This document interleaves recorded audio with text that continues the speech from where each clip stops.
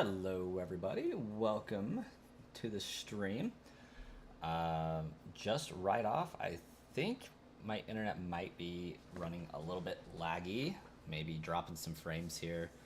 Just even watching my stream on the replay, it seems that it's running a little bit slow. So we're gonna see if that pops any errors. It seems everything's working correctly. Audio, video wise. YouTube seems to be doing okay. Hopefully it's going okay for everybody that's hanging out in the chat. This is a Jirachi shiny hunt, as the title indicates. We are 500 resets into it, taking about 2 minutes per reset. Today's stream will last as long as my kid is taking a nap and or happy watching some cartoons while eating lunch. So stream doesn't really have a set time limit today, so unfortunate there, but we should be able to get a good hour to hour and a half out of it. So I think it's worthwhile. Go ahead and kick on some background music here. And turn that down for me. Tavon, welcome. Tavon, you don't have, oh yeah, there's a profile picture. Took a minute to load. So, right now I have showing my Wii that is acting as my GameCube. My GameCube with a Game Boy Advance player is connected to my Wii, acting as my Game Boy Advance so that I can stream this effectively and have it output on the screen for you guys. That is telling me we are ready to go, but I need it to not be ready to go, I guess. So we're going to reset on the game. It's going to give us an error. That's okay. We just need it to error out here because I got a little bit ahead of myself with this. All right, switching over to the GameCube here.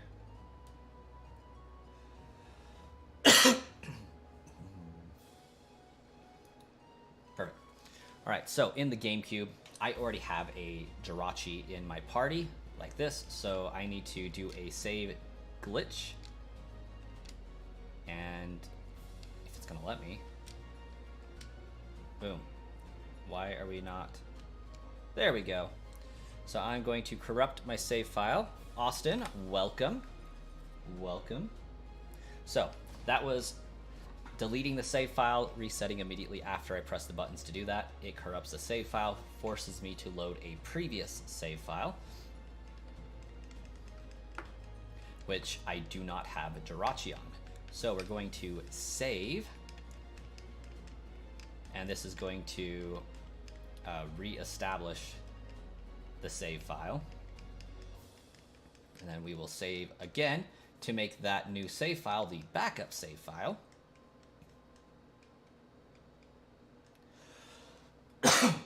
I did get a better understanding of what this is actually doing in the background here. And now I'm good to reset it. We will be given another Jirachi. As soon as the Pokeball crosses the screen, I should be able to safely reset to get an encounter for Jirachi and not have to wait for that entire animation to finish out.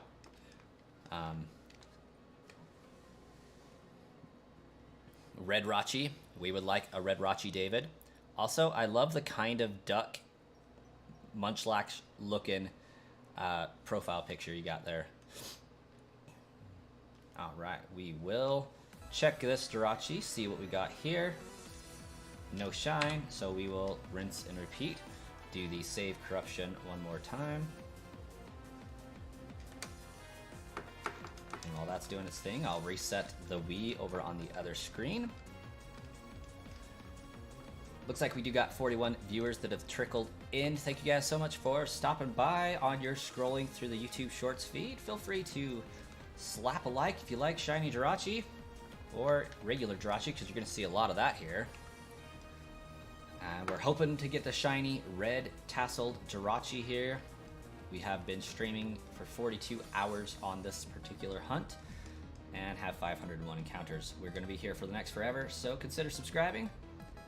If you like watching shiny hunting and you like shiny Jirachi, we'll be doing this content for quite a long time. many, many months to come, I highly suspect. So we will have pretty consistent streaming content for the next foreseeable future.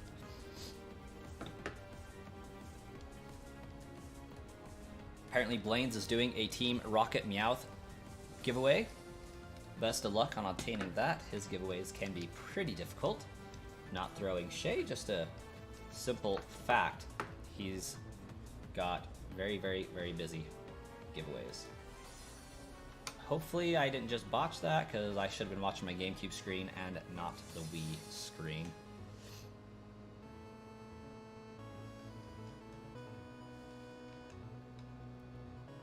Okay, we got Jirachi. Fact confirmed.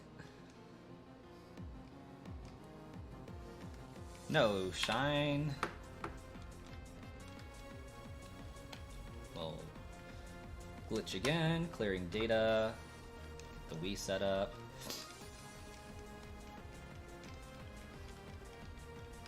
How's everybody doing today anyways? Got a good number of people lurking. Whether that's through trickling through on the shorts feed or whether they're actually presently watching. Welcome to the stream, guys. We don't buy it. Feel free to chat it up. I don't have my stuff set to chatters or subscribers only. I don't have my chat set to that. Doing fantastic.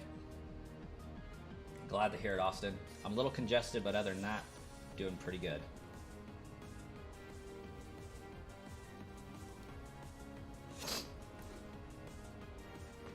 Let's see if I managed to save twice on this profile.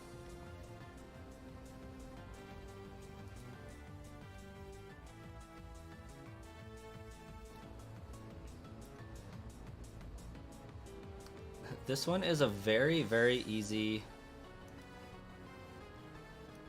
save to mess up. So what I'm going to do... should I do that?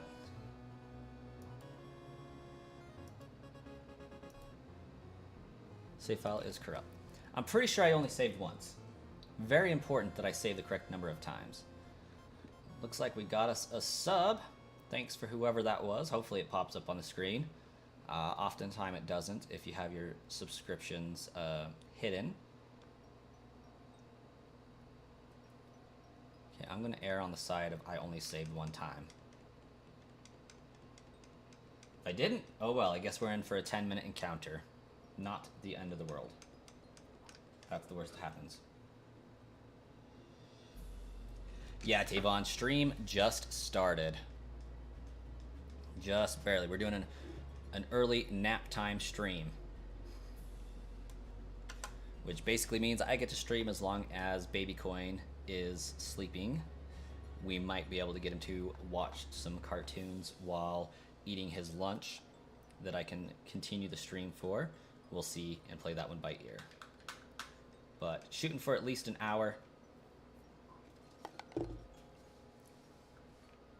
Ooh. Hoping for about 30 encounters in today's stream. Not sure if we'll get it, but hey, here's hoping. Oops. Yeah, he's got a few words down that he likes to say. He tries to say sippy cup. He's got cat down. He's got bottle down, or baba, or whatever. Mama, dada. Lights. He said his first word like back in December because he likes Christmas lights. Really likes lights. So he's always like, lights? He says a few other words too. But he's at the point where he's really starting to try and form sentences and actually run his mouth like he's talking. So I think he knows what he wants to say, but like he doesn't know how to do it.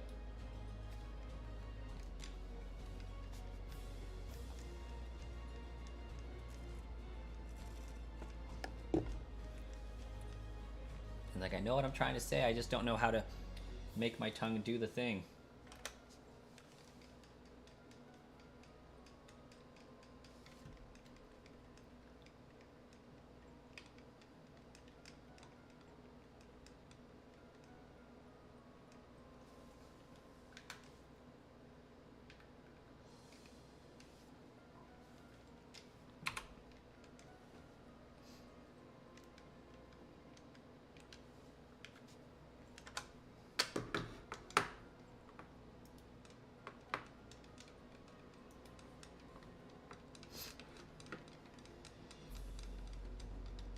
Get a nice chill afternoon stream going on.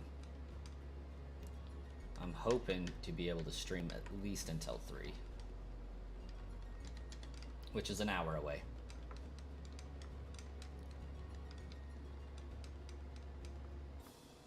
And then I get to run down to the hardware store or Home Depot, grab a shelf and some brackets, and see if I can destroy my apartment and lose my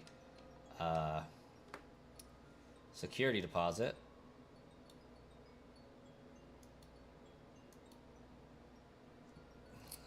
Making a shelf to put my router on so Babycoin will stop turning off my internet on me. That has been very, very frustrating for the last little while.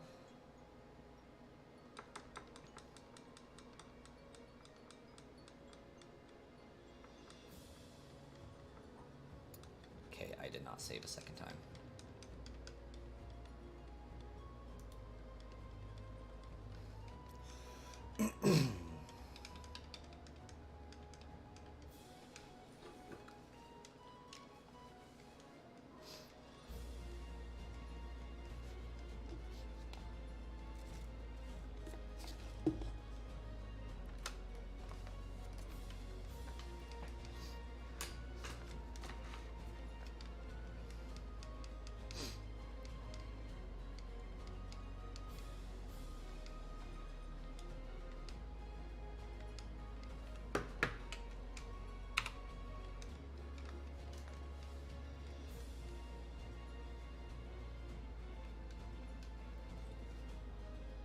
Seem to be doing pretty good on the encounters. I'm a little bit behind, but I think I had like a good 4 or 5 minutes where I wasn't actually streaming, so I think I might be kind of on track here. I should be getting about 1 encounter every 2 minutes for this method. And that's if I'm 100% focused on what I'm doing, which I tend to not be. 3 minutes per encounter is good average to keep and maintain, especially calculating into eventually I am going to screw this up and have to do an 8 to 7 or 7 to 10 minute encounter eventually.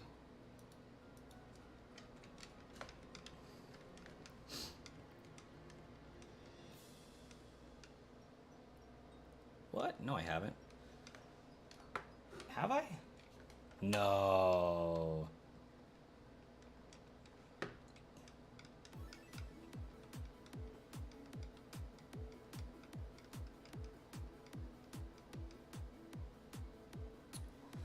So I do. So I do. Why do I have one? Okay, docile. That one seems like it might be new. I don't recall the last one. We'll see what clearing the data does. If it resets back to 1, I've been doing it right this last time. If it still has 2, that means I got a lung reset.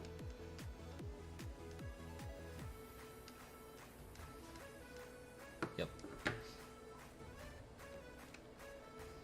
Like I said, easy to do. I think I might be better off just waiting for the whole animation to go through, because I think that's what's screwing me up here. I think that if I reset it at the wrong time, it's corrupting the save file with a Jirachi. So we have a 7-minute reset at the minimum. Hopefully a 7-minute reset.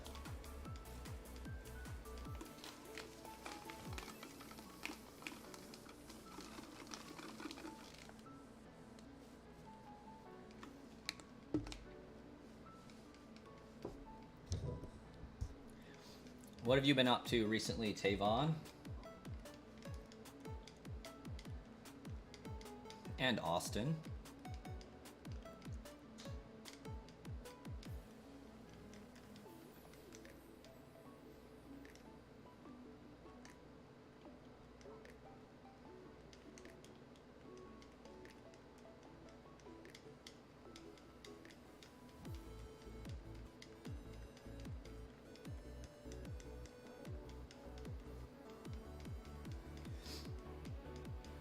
If I could do it more reliably without messing up my cable and taking forever to hook my cable back up again, I would just pop out the game, plug it into my DS, and reestablish a save. I think that would cut 3 minutes off of my long resets, but I don't know if I can reliably do that.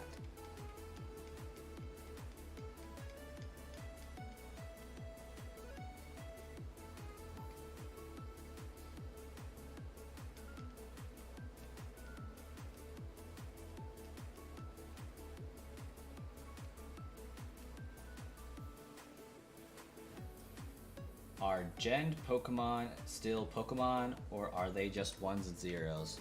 Well, all Pokemon are just ones and zeros when you get down to it, honestly. Depending on how correctly the Gen Pokemon are, realistically, they are no different than legitimate Pokemon caught in the game.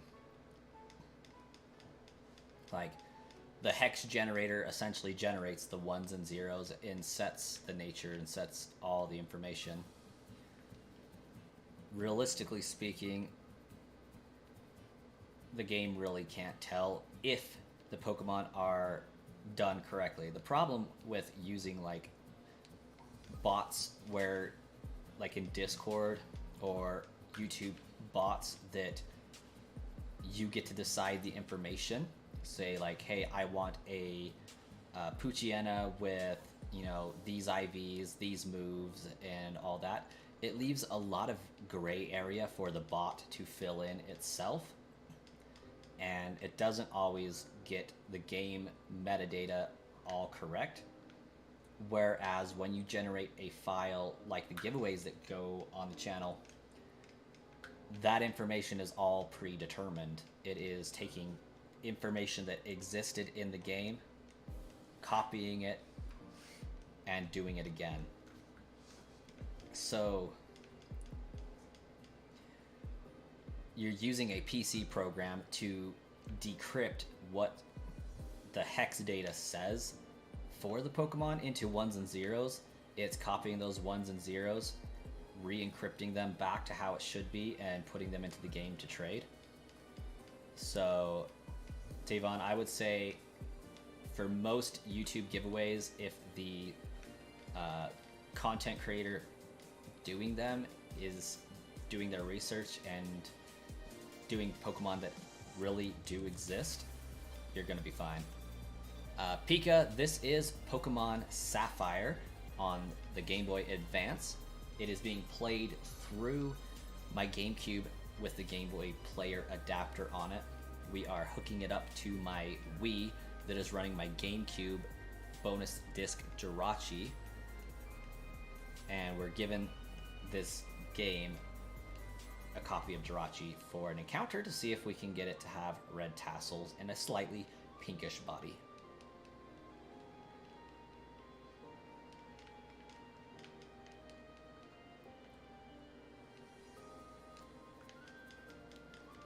Good old Pokemon Sapphire. A darn good trainer. You're darn tootin', Professor Birch. Storm Run Gaming, hello and welcome back. 2 days in a row. Thanks for being here. I did check out 2 of the streams that you had on your channel because I went snooping. That Pokemon Coliseum game is looking pretty promising based on what was there. From what I saw, the last upload on it was about 6 months ago. I think I just checked the live streams. I don't know if there were any videos uploaded that I should check out, but definitely looking pretty cool. Strings YouTube, welcome.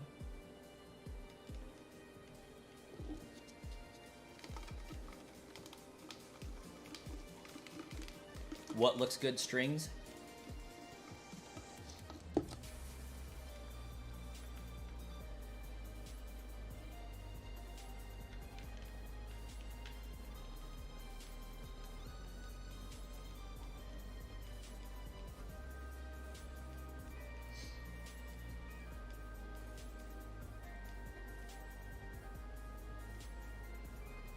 Oh! Oh, String snooped on him too. Nice. Well, Stormrun, if it's been updated and improved with graphics and all that, I'm even more excited because it looked pretty good just based off of my small snooping that I did do. So I'm pretty excited for you.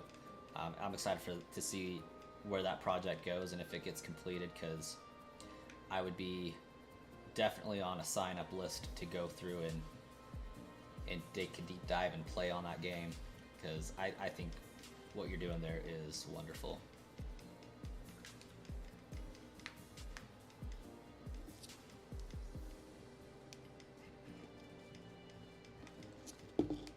You gotta verify nowadays, don't know who's making stuff up.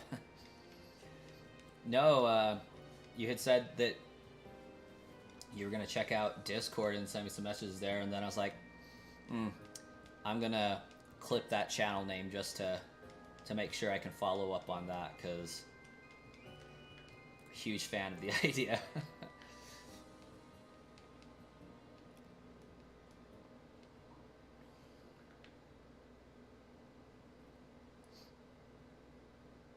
It's great to like work with pre-existing projects and know, you know, kind of what they're supposed to do. It gets some credibility at the whole programming aspect, and then in the game developing aspect, so that when you go to make your own stuff, like your Atlantis game that you're looking at, you have a better standing. Like, it's easier to do a game when you know what it's supposed to look like when it's coming out. So I think it's really cool that you're doing that.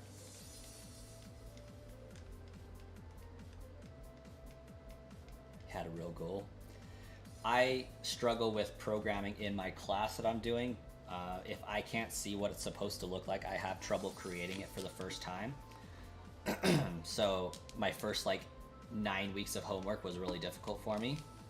Then we switched into like SQL language to work with databases and all that. And they would give us a video to watch of the instructor going through and building a project, and we could follow along with it if we wanted to. And then after that was complete, we had a assignment online that we had to go in and do. Same stuff, just different names. Like, one was a cookbook that we were building a database for. The other one is like a handyman project list of sorts. And it was pretty easy to go through and program and code that, knowing an idea of what it's supposed to look like coding-wise before even going into it.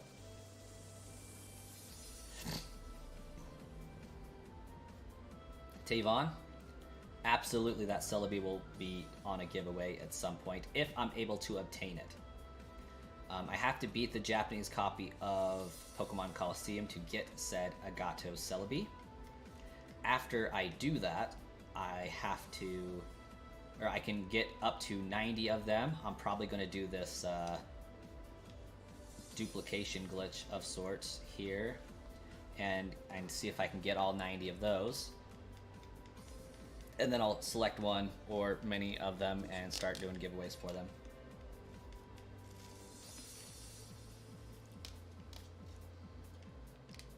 You're trying to make a tsunami right now that interacts with the environment, and it seems nobody in the world has put one in a game. Yeah. Tsunami being one thing, definitely has a lot of physics to look at there, as well as destructible environments.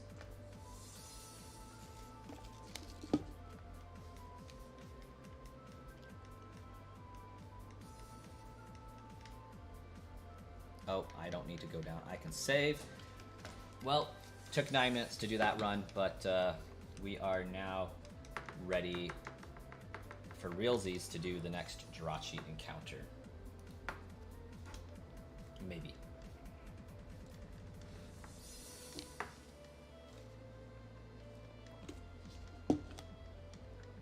Well, Tavon, it is very forward to be looking to. Because before I can even think about getting to that, my priorities are Shiny Jirachi, Shiny Manaphy, Shiny Poipole and Nagnadel, followed by a Gato Celebi. So it's pretty low on the totem list, gonna be honest. All your bricks have weight. They break if they hit the ground and are stronger if they together with another brick. So a pyramid would survive the flood if it's big enough. Oh, epic. Legit.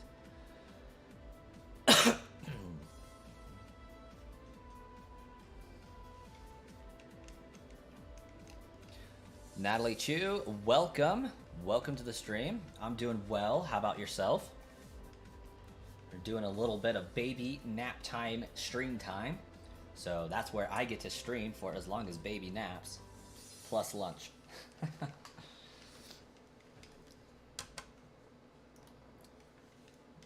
We are having a good time. Glad to hear you're doing well. Did you find us through the YouTube Shorts feed, like so many others have been?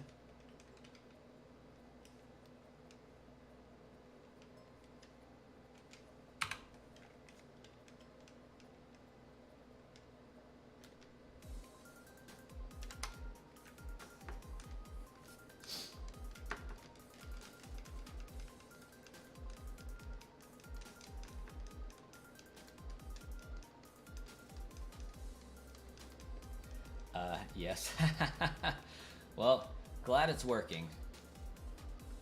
Shorts feed has a tremendous ability to increase the reach of a channel. It's insane. Like, I'm pretty sure I owe 50 of my last 80 subscribers just to the Shorts channel feed. Alright, so right now we are doing a Jirachi shiny hunt. So, I'm going to scroll up here for a second. We need this webcam right here. It was actually not as far up as I thought it was going to be. Oops.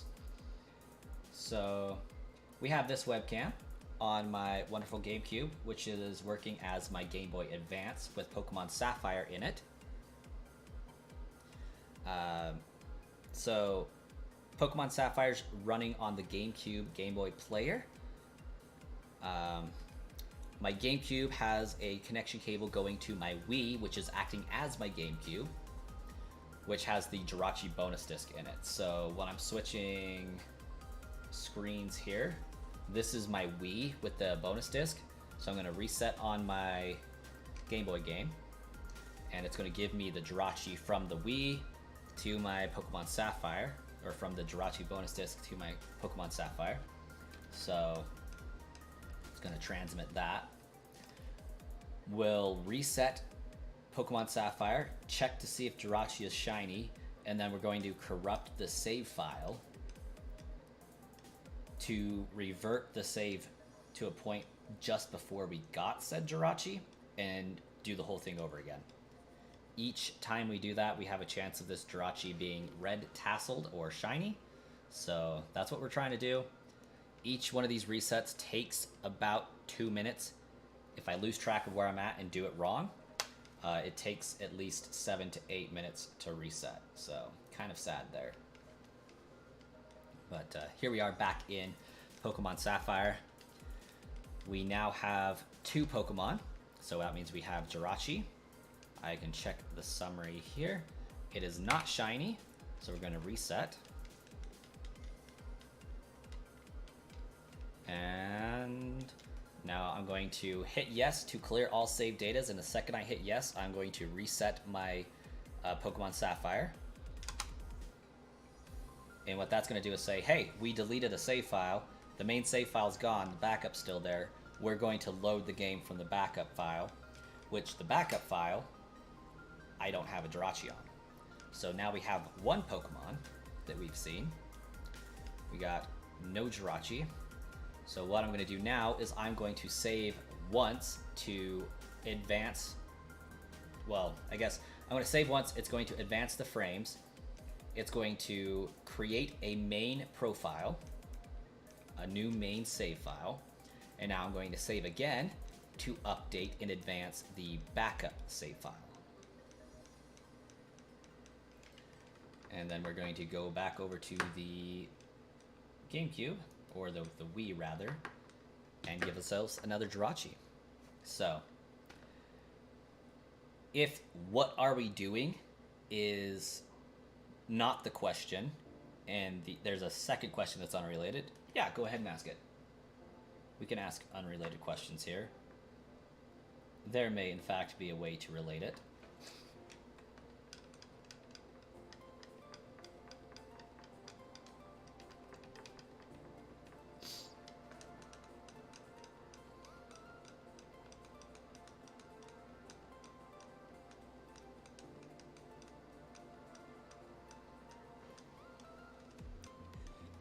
Route 19.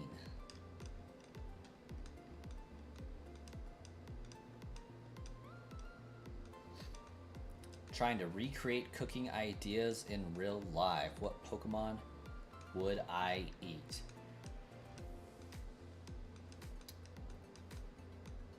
You know, it's a great question. I kind of feel like Bellossom could be pretty delicious.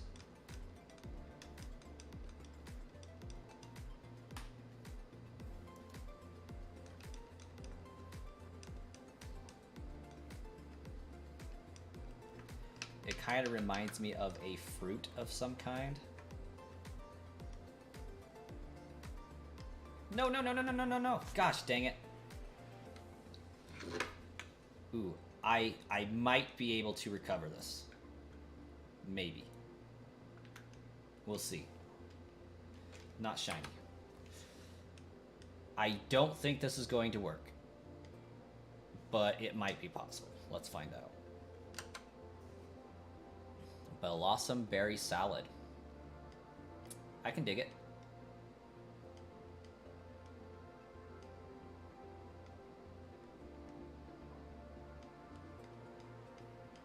Gosh dang it. Well, that didn't take long to screw up. So I saved when I wasn't supposed to by accident, so that means I get to go through and do a 7-minute reset again. Any others? I mean, Magikarp is the obvious one. I don't know why people eat Magikarp, because according to like information about it, it doesn't have like any meat on it at all. It's kind of just skin and bones. Let's see. I'm trying to recount through.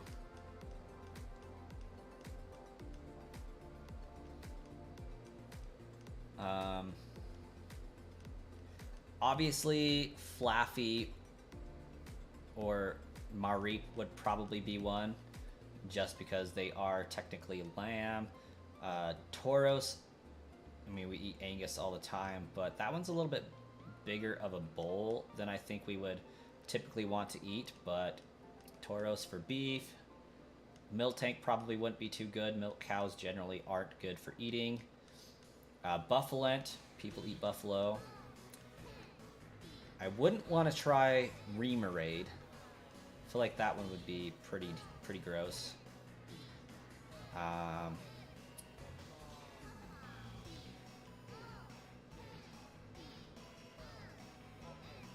Mutton, lamb, surged ribs. Yeah, there you go. Get some mutton. Stantler. Stantler's edible. Trying to think of non-animal things. Buffalent burger, absolutely. Could probably make quite a few things out of Buffalent.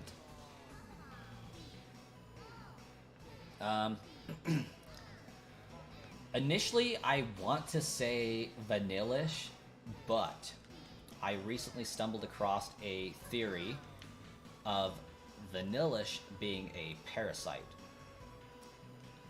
Because things that look like they should be eaten usually want to be eaten for reasons that advance their life cycle. So I feel like the fact that Vanillish looks like it should be eaten means we should not eat it. But I do want to know if it tastes like vanilla ice cream. Execute. I would eat Execute.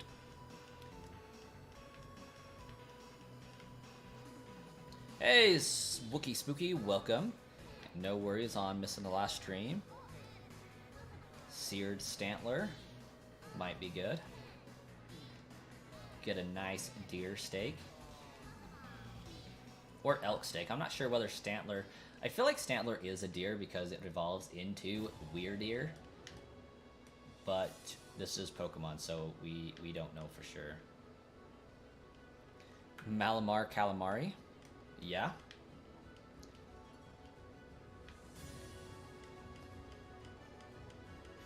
Then we could use Octillery to make some takoyaki.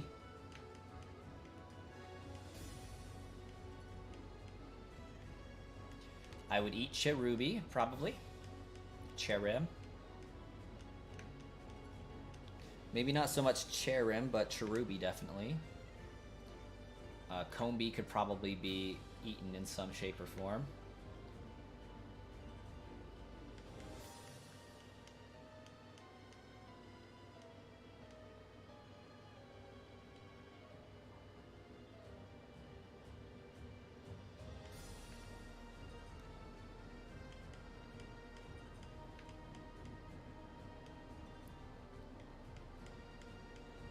Slowpoke stale too.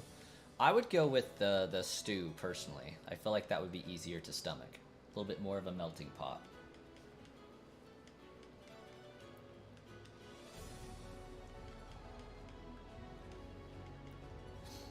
Wookie Spooky, you went on a walk to get Shadow Kyogre, and while you were on the crosswalk, someone drove across the cross. Oh, dang. I don't think I've gotten Shadow Kyogre yet. I think I might have missed the window for it. I'm not sure if it was in raids or if it was Giovanni had it. Oh yeah. I beat a Giovanni and caught a Shadow Kyogre. My bad.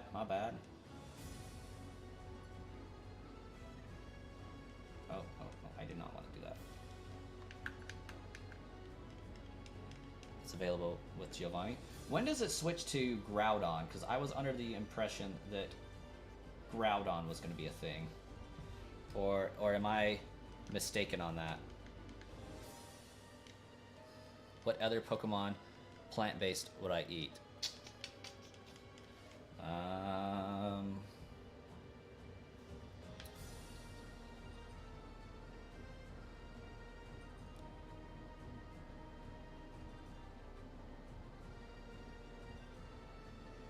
I kind of want to know what Bulbasaur's flower tastes like. Like, I don't know if I'd actually eat the Bulbasaur, but the bulb on the Saur, I would probably take a bite out of.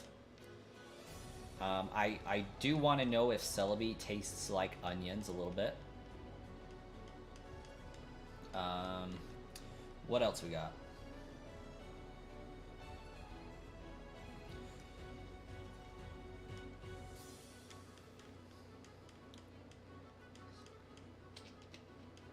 I wouldn't want to bite Bellsprout.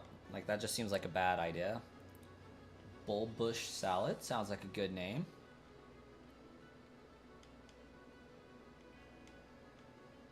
Pretty sure Shadow Groudon was a raid. I didn't even see any raids for Groudon, but as I understand it, it should be over, yeah?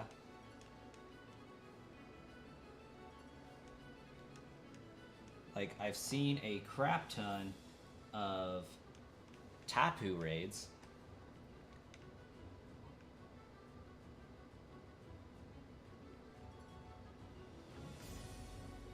Shadow Meat raids tomorrow. Shadow Mewtwo raids tomorrow. So yeah, unless they do a Shadow Groudon tonight, I don't think it would let me get a Shadow Groudon. And yeah, now that you mention it, Applin I would definitely try, although Applin, the actual Pokemon, is a worm that's inhabiting an apple, so I feel like that apple would probably taste pretty poorly, if we're being perfectly honest. Shadow Mewtwo is right now. It might be. Shadow Meat raids now.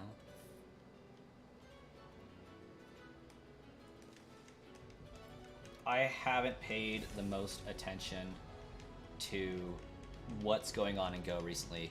Jazzy Michael, welcome. What is my approach to encountering Jirachi?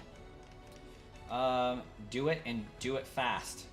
But in all seriousness, I am doing the save corruption glitch, save corruption method to try and get the shiny Jirachi. I am using a bonus disc from the GameCube in America, not Pokemon Channel.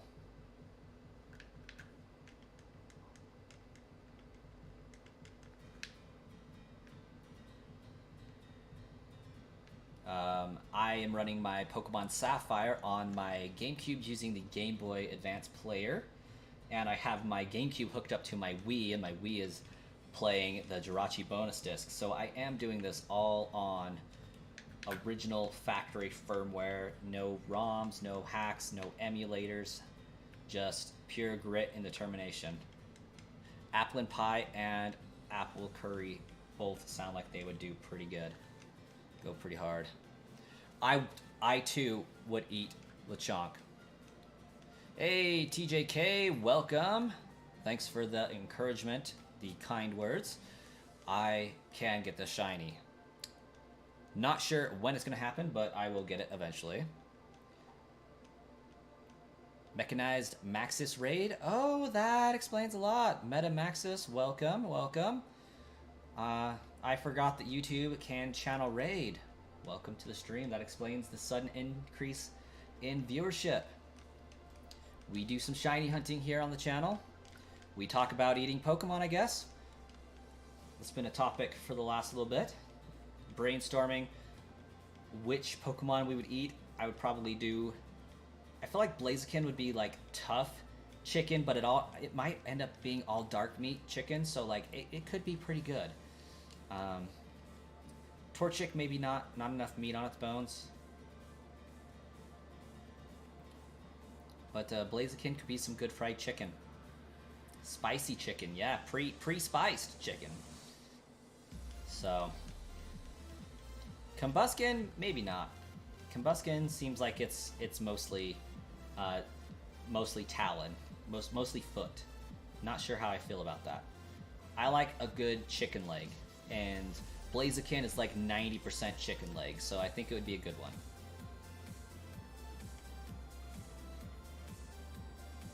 Burnt Toast says, feels like the new would taste like shark fin. Could be. Mew? Yeah, Mew might taste like shark fin. Metamaxis, the shiny hunt has been very long.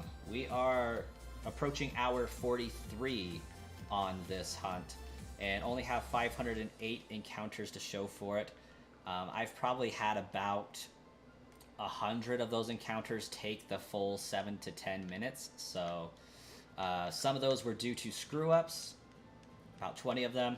80 of them were due to me just not knowing better. So I have been poking around doing some more research, have found out that there's easier ways to go about doing the reset. The first 80 encounters, I wasn't doing the save corruption method, just because I was stubborn and was like, no, I'm going to do this 100% legit, pure grit, all natural, so that people know that it wasn't hacked or otherwise manipulated. Now I'm just like, yeah, I that's a lot of resets and a lot of time. So yeah, I'm hunting on physical hardware. My GameCube is right here, so we are working with that. It's got my Pokemon Sapphire down in the bottom of it. That cable's running to my Wii, which is pretending to be my GameCube with the bonus disc Jirachi in it. Yeah, didn't want to do it as an emulator because to me, if I was using an emulator to get this for my collection, I might as well go to projectpokemon.org, download the Jirachi files, and just give myself a shiny one, because once it gets processed through the emulator and processed into the game that way to trade on up to home, there is going to be no feasible difference by the time that's all said and done, at least in my mind. So I want it to be 100% legit with it.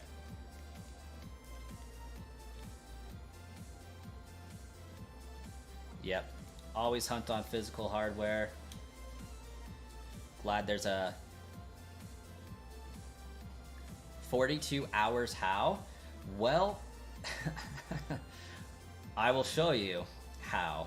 So we got this Jirachi. We're going to check its summary. It is not shiny, so we'll increment up. We will reset over there. We're going to do a save manipulation here. I'm going to clear and reset that. Now it's going to corrupt the save file, load a save file to where I didn't have Jirachi, so I'll only have one Pokemon when this loads up. And then we go ahead and save twice. One is going to create the new main file. The other is going to create an advanced stage of the backup file. Because we're saving like this, it does take a minimum of 2 minutes per encounter to run the Jirachi animation, but there is a way I found out that we can speed this up just a smidge. Not much, but a smidge. So we're going to go ahead and make sure the Wii is good to go. It is. So I'm going to reset that. Now, apparently and allegedly, once this animation starts, we are good to reset. I like to wait until the Pokeball hits that edge there. Usually that means the Jirachi has been given to me, and I should be good to reset. I have had it glitch out and corrupt my save file anyways. So now we have two. I now have a new Jirachi to test, and it's not shiny. So that whole process right there usually takes about 2 minutes, minute and 45 seconds. If I screw up at any point in this cycle, that means a minimum of a 7-minute reset that I have to do to get back to this point. Let's see. Gengar hat and Eevee plushies. Nice. Temper Tenchi. Yes. I do like some Eevee plushies. I'm a huge Gengar fan. Favorite poison type is Scolipede, but I don't see the Pokemon Company putting that on a hat anytime soon, unfortunately.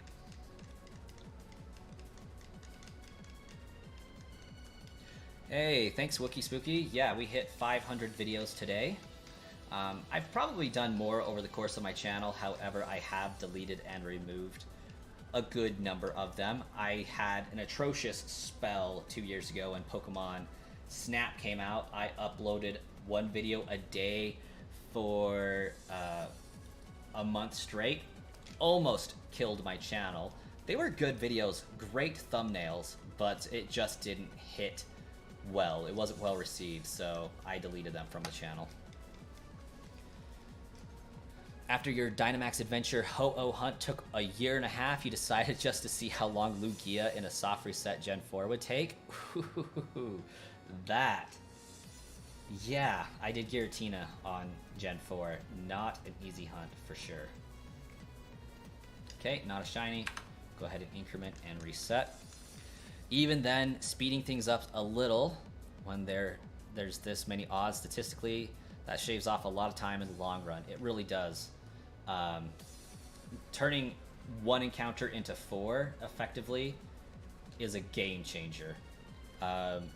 With the save corruption method, it basically makes this hunt a little bit easier and less tedious than Manaphy.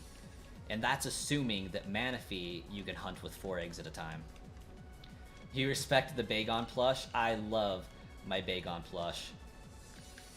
I don't know, should we take a moment and and give the plushies some screen time. We got Dialga, we got Eevee, we got Eevee again, Chimchar, Palkia, Bagon, Wobbuffet, Totodile, Pikachu, Leafeon, Halloween Pikachu, Trico, Eevee, Wobbuffet, Pikachu, Christmas Pikachu, Fallen Over Pikachu, the Galar starters, and another Pikachu. Bagon, my child. Looks like Metagross is your child. Salamence was the first Pokemon you ever saw? Epic. That is a great one to see. Okay. I lost track of where I saved, so what we're going to do is we're going to save Corrupt again, just to make sure. Or we're just going to wing it, because that's ready to go, apparently. So, we got a Jirachi. Hopefully I saved twice, else I'm going to have a 7-minute reset. So, here's to that, I guess. Dynamax ventures were rough. I have tried shiny hunting Zygarde in Dynamax adventure raids. I think that is realistically the only Pokemon that I care to hunt in those raids, because they seem pretty difficult to run with, gonna be honest. Not sure I am a fan of them. Dialga the best. You are correct. Out of Dialga and Palkia, Dialga is in fact the one. Let's hope I saved enough. Dang it. Okay, so I screwed up. That means I get to clear the save file correct, like 100%, if it's going to let me. Stop that. Okay, apparently I'm just gonna have to hit new game.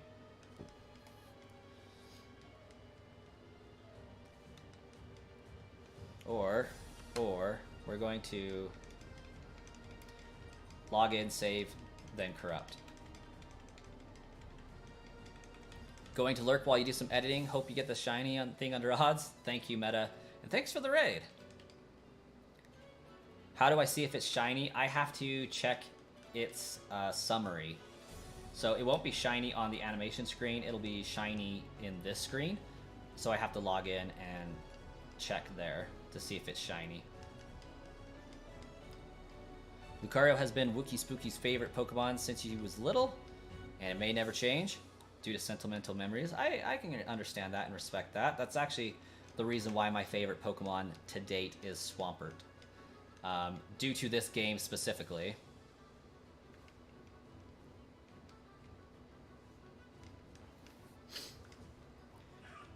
TJK's favorite is Wooper. That is indeed a cool Pokemon. Baby Coin is crying right now.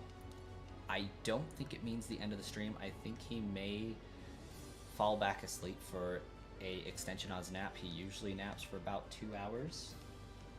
We'll hope that he can do that, and I'll try to settle down my voice a little bit to aid with that.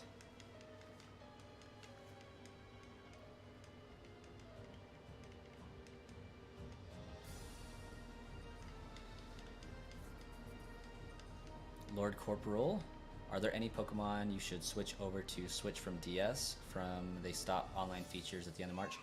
Lord Corporal, at this point in time, that is not a concern because Pokemon Bank will remain open and active for the foreseeable future.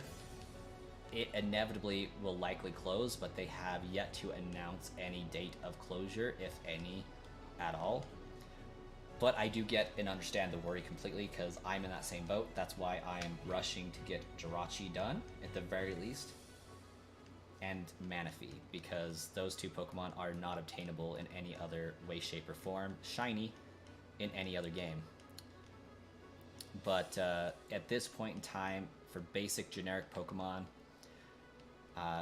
no rush on getting them into Pokemon Home.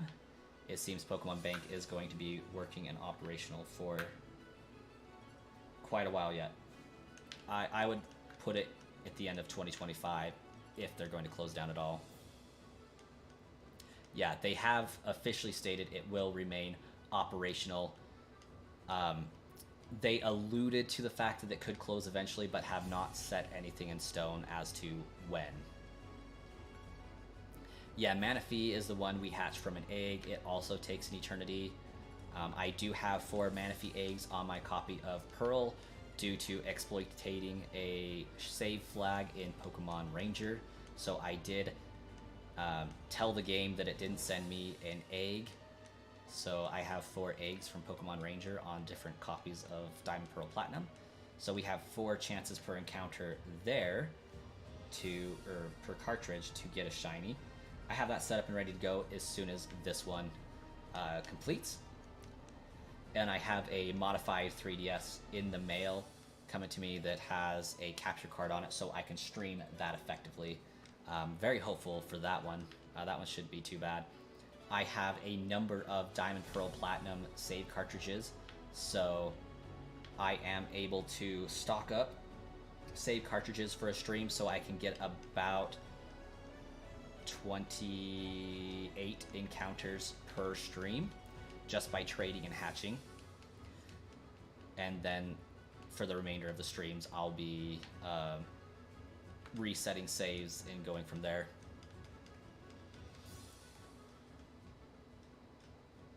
Wookie, my niece is not watching him again. She is in school presently. I may elect to go and grab her and have her watch him so I can stream later on tonight.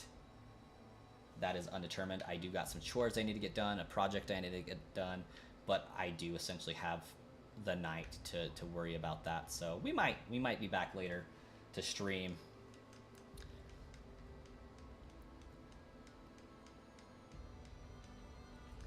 Yeah, it definitely won't last forever. I assume 2025 they will start thinking about closing it once we have all of the Pokemon available on a Switch game in some way, shape, or form. Given the fact that they released Pokemon, or they're going to be releasing Pokemon ZA, we have one of the 12 for sure that were unavailable on the Switch previously. We need the rest are from pretty much Generation 5. So I'm expecting a shadow drop of a remake for Generation 5 before the end of the year, realistically. And if they do that, I would say by 2025, Bank is going to close down, and they're going to alienate these Pokemon from the rest of the world.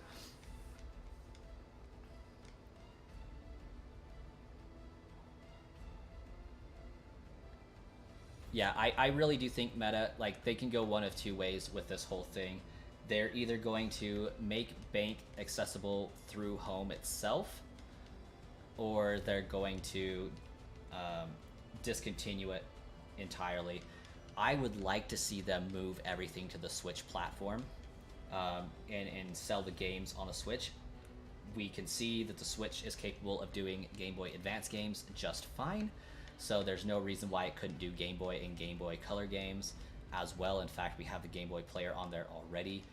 Really, the Switch is set up to handle it. So Switch 2, I think it makes perfectly good sense to put Bank on the Switch and put all of the ROMs on the Switch as well, because there's no reason not to. I do got a number of chats to catch up on, so while we're walking and battling, it is indeed too confusing, TJK, it is. I think they haven't given a date for when Bank ends, so they can still rake in money from game sales and just make Bank compatible. Yep, it would indeed be ideal. There's still Pokemon that aren't on the Switch yet. Absolutely. Covered that one inadvertently. I think that there's 12 Pokemon that aren't on Switch yet.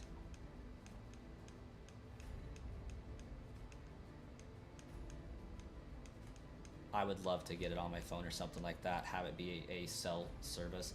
Like, realistically, there's no reason why Bank needs to be an internet service anyways. Like, it could easily be an application that doesn't connect to any online server and just acts as a game on the Switch that you can save to, and then Pokemon Home can pull from that save file. That seems like it would be the intelligent thing for them to do. Nyx, this game is Pokemon Sapphire. Sorry for getting to your comment a little bit late. If If you don't have a way to transfer up Pokemon from old games, I just lose the itch to play them. Yeah, a little bit. A little bit. That's what a lot of the long-term fans are worried about. Their Lord Corporal is, we want to be able to play these games forever. Part of the appeal of the Pokemon franchise is being able to transfer these Pokemon up into the newer generations and just have fun with them forever in each game. But they have been moving away from that model for a long time, given the fact that they're not making the living decks anymore. They're not making the national decks a huge thing in the game, with all Pokemon being available. Black and white remakes would be sick indeed. Interesting thing about that, the original idea for BDSP LCA was going to do exactly that kind of thing. Yep.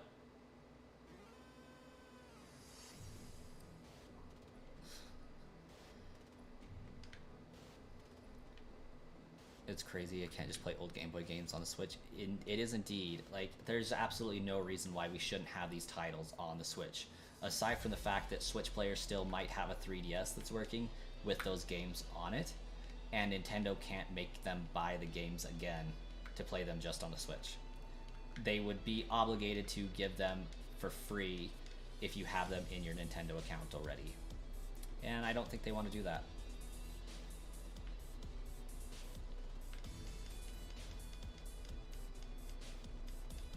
Pokemon Co. already has a plan for it. They aren't saying anything for bureaucratic reasons.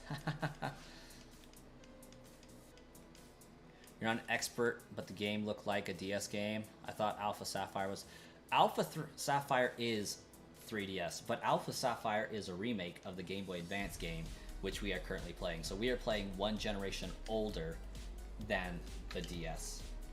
We're old school. This is Game Boy Advanced. And GameCube.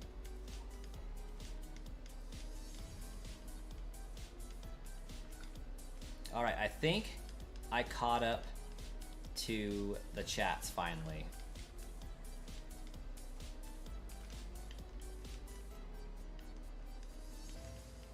This is going to end up being like a 12 or 13 minute reset encounter, but that's okay. Also, I think we killed our like goal, I'm pretty sure. Let's see. Maybe not.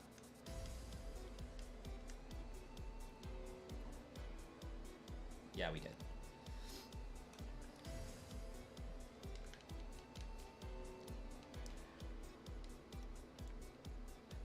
No, Wookie, that was Pokemon Blue, and I no longer have that copy.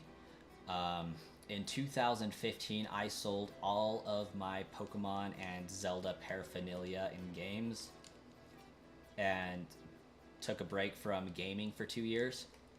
When I got back into gaming in 2017, I repurchased all of my Pokemon games and Zelda games. Then 2 years later, 2 years later, I decided I wanted to get married, so I sold all of them to get funding to buy a ring. And a year after that, I started working on accumulating my collection again, and I vowed that I am never selling my collection again unless we're starving or losing our house or apartment or what have you.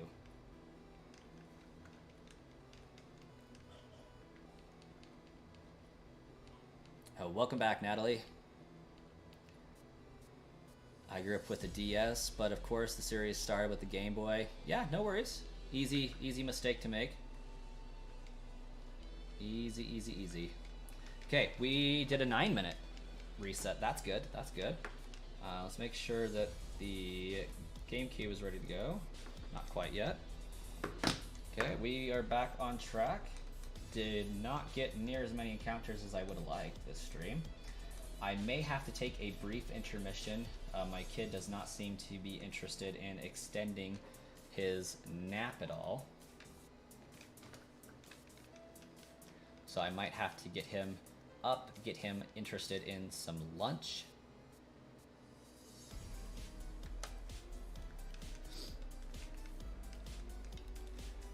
Not sure an MMO for Pokemon would make money as an idea. There's a lot of appeal, but think it would cost too much to create and end up being lifeless because the devs wouldn't know how to actually make it. This is true.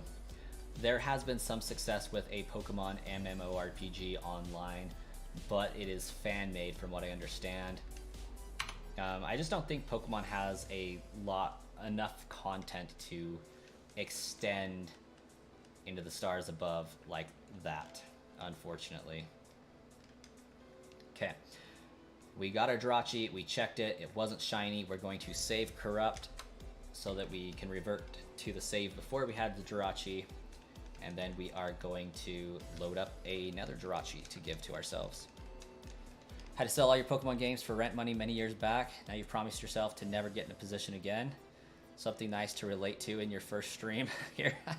Yeah, life decisions. They hit hard, but when it comes to eating or keeping a roof over your head, the games pale in comparison. But luckily in this day and age, I think we have enough ability to turn to alternative means of making cash aside from getting rid of collectibles. One thing that I can say is I have a good track record for selling them. At the very least, each time I've sold my collection, I've sold it for more than I bought it for. However, the same is also true for buying it. Each time I bought the collection, I bought it for more than I sold it for. So it's steadily increasing in price. The reason why I'm never going to sell it again is because this bonus disc Jirachi cost me like $200. An egregious amount of money, in my opinion. Emerald is like 120. Soul Silver, Heart Gold, 180. GameCube's $100. Game Boy Advance's $70. Like, it's just too much. But if I sold my collection, I probably could get my down payment for a house if I wanted to. Solus, welcome!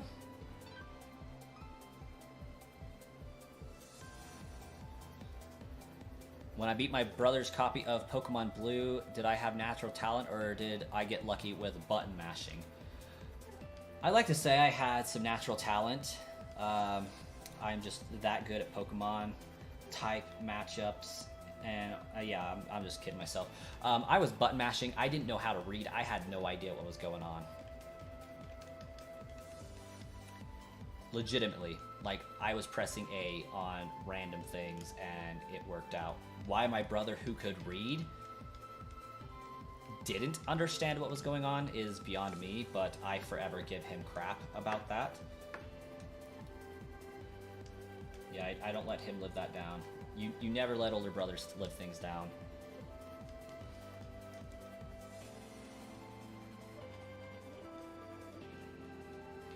When it comes to fan-made MMO, that's both a fan passion project and design to appeal to the hyper-specific portion of the community, like how the Coliseum games were loved by players but sold relatively poorly. I am that demographic, Meta. I am them. That is me. I love Pokemon Coliseum, one of my all-time favorite games. Pokemon Sapphire being right up there. But yes, the idea in theory of being able to go to each region one after another in one cohesive story is vastly appealing to me. I just don't think they could do it well. Elder Scrolls couldn't even really get their MMO off the ground the best, but goodness, they keep trying. They are persistent with it.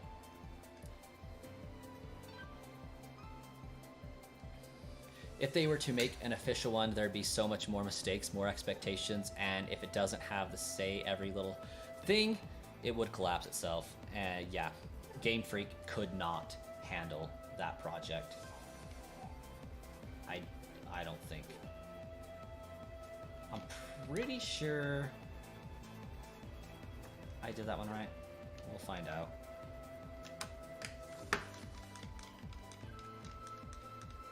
Hello, piano profile pic, because I cannot read that name.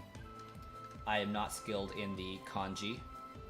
Spooky Spooky says, also, you don't think you're going to try and snag Pokemon AZ early because your cousin said it's most likely a bad idea and that it would be... Oh! I remember that conversation, Wookie. Yeah, probably not good to have on your record that you got fired for swiping a game early. Not going to be a good idea, honestly. You love those games. Temper Tenchi, Coliseum, and Gale of Darkness, especially because of the evolutions, and then Eevee were the starters. Absolutely. Like, Umbreon and Espeon were like the dream duo of tag teaming. You had the Glass Cannon and the tanky Dark Boy. It was great. Never was there a better combination of starter Pokemon. I need that one to reset. Nick says, found your old Nintendo again. Only problem with replaying these games after years is just how slow everything goes. You are right about that. The encounters, the fights, probably because you're not used to it anymore, it's a bit stressful. I cannot play Pokemon Diamond and Pearl. Obviously, I have to for the Manaphy hunt, but Pokemon Diamond, Pearl, and Platinum are my most hated Pokemon games ever. Granted, they're not my least liked. I know that doesn't make tangible sense or anything like that, but I hate Diamond and Pearl the most. But they're not my least favorite game. Alola is my least favorite game. I should take that back. Sword and Shield. They kind of bounce back and forth. There's redeeming qualities about all of them. But for me, it has nothing to do with the game itself, if that makes sense. Diamond, Pearl, and Platinum are amazing games.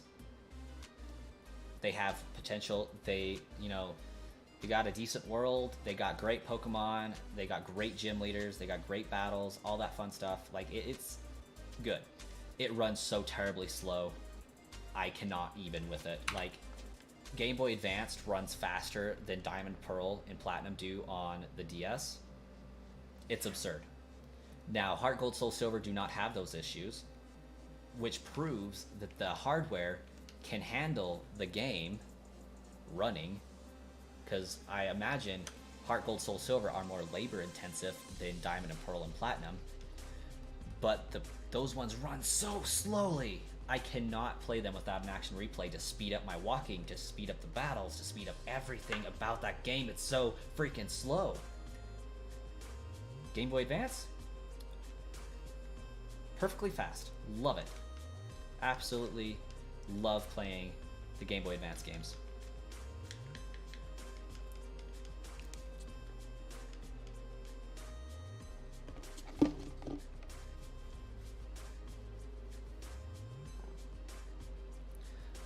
If you have a DS Lite, it would likely play extremely well. Also, I forgot whether I saved once or twice on that one, so I have to rewind a little bit. I apologize. I personally recommend Sapphire. However, if you can only get one copy of the game, I would say you have to get Emerald, because it's going to be the most beneficial experience for you as far as being able to obtain everything. Granted, there still are a few things you're going to be missing, but you can obtain more. Temper Tenchi says, then there's me in love with Sword and Shield. Okay. I want to be perfectly clear. I love every single Pokemon game. There isn't one that I dislike. When I say it's my most hated, that's out of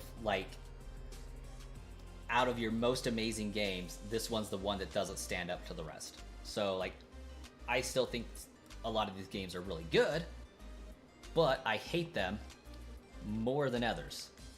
I like others more than them is a better way of saying that. The reason I have beef with Pokemon Sword, and the reason why I have issues with Alola, they feel like the same game to me in a large respect. Hop is just a more Spanish themed How. Like, they're the same person. Watching How coming from Generation 7 directly to Generation 8, Hop is the same person as How, and it really pissed me off. Generation 7 and 8 both have a problem progressing the story without cutscenes. Like, they heavily use cutscenes to progress the story, and it's unnecessary. I hate how in Pokemon Sword and Shield, you cannot enter a single route without being told something to advance the story, or told that you need to go somewhere and do something, or something's blocking your way. It felt like an open world that kept trying to stick you on a narrow path. It really, really rubbed me the wrong way. That having been said, I absolutely love the Pokemon in Generation 8, except for the fossils. I hate those. But the DLC for that game was fire. I loved the Isle of Armor update. That was such an amazing DLC. Thoroughly a fan of it. It really alleviated a lot of my issues, especially replaying through with those as options in the middle of the gameplay. I can't remember if I checked that. I'm pretty sure I did check it, but we're gonna double check it. Okay. Being able to play through Sword and Shield with the DLC as part of the base game made it more agreeable, because I could go to the Isle of Armor and do what I wanted, and it would level up with me to an extent. And I thought that was cool. That was neat. Loved that. Generation 7, I hate how small the islands felt. I hate how, I mean, they tried to make it open world, and then they changed up how the HMs and stuff worked. That was alright, but it was kind of annoying at times too. Being restricted to the islands felt unnatural in some regards, and I didn't like replacing the totem Pokemon and the Kahuna challenges with gym leaders. Like, I thought that was in bad form personally. But I do like how it served as inspiration for Legends Arceus, with the totem Pokemon basically being the, you guys know what I'm trying to say. The, what's the term? It's been so long since I played Legends Arceus.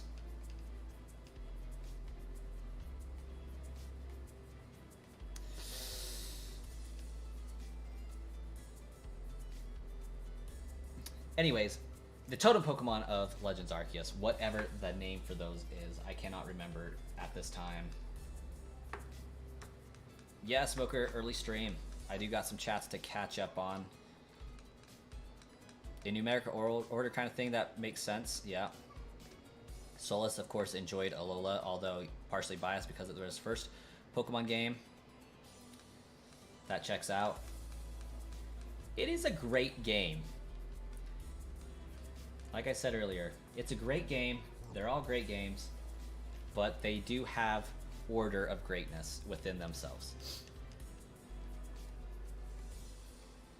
The worst of the best.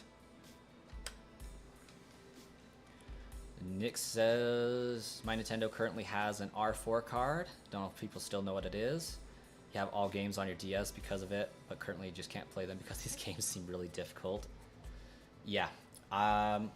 I had to use an R4 card to reset the save file on my Emerald copy to get some items to get Mew and Deoxys. So I hacked the items in, but obtained the Pokemon legitly. At least as far as my purposes are concerned. Hunted for reals, but did so via illegitimate means. Hacked the items. That's it. All the save editing I did, you know, aside from giving myself Master Ball so I didn't have to worry about missing things, and some rare candy so I could get there faster. But yeah, I just spoofed in all of the tickets and then got there and saved myself a Jirachi and a Mew and all of the Gen 3 shinies. I had a Japanese copy of Emerald so that the Mew would be 100% authentic when I got it up to home. So I have my very own Mew, shiny, in Japanese, with my OT on it. Super proud of that. All of my Gen 3 Pokemon have Jolly as the nature due to hitting the same shiny frame seed each time. Oh my gosh, Temper Tensi, I love Bead too. Bead was so cool. He was like, brought me nostalgia. Like, a lot of people hated Bead because of how pompous he was. But let's be real, Bead was just Gary in today's age. And I was all for it. Like, Gary is the best rival. Okay, I lied. May is the best rival, but that's for reasons. Gary is the second best rival, followed by Wally. So it goes May, Gary, Wally. And I would even put Wally maybe up there with May, but I like Gary's attitude. Gary has a very rivalistic attitude that I'm all here for.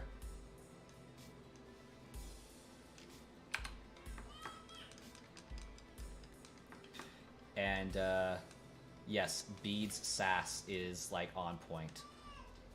I love it. And he's always pushing hair out of his way that doesn't exist. I think that's super funny.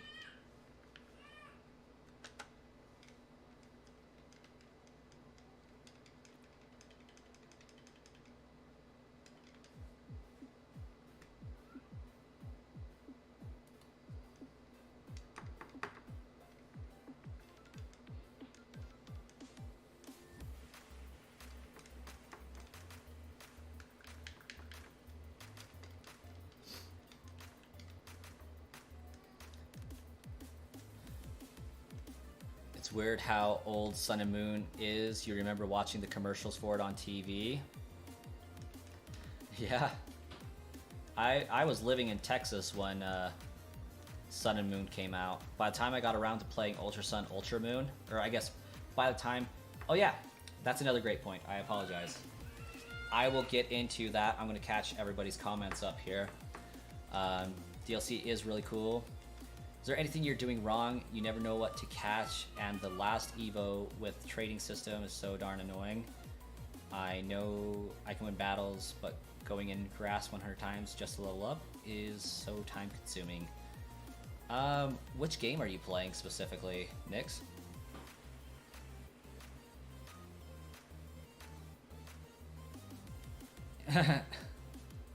He just stims his hair? Maybe. Just, you know, a nervous tick kind of thing. He is kind of a orphan, so, I mean, I could understand having some nervous ticks and such. Oh,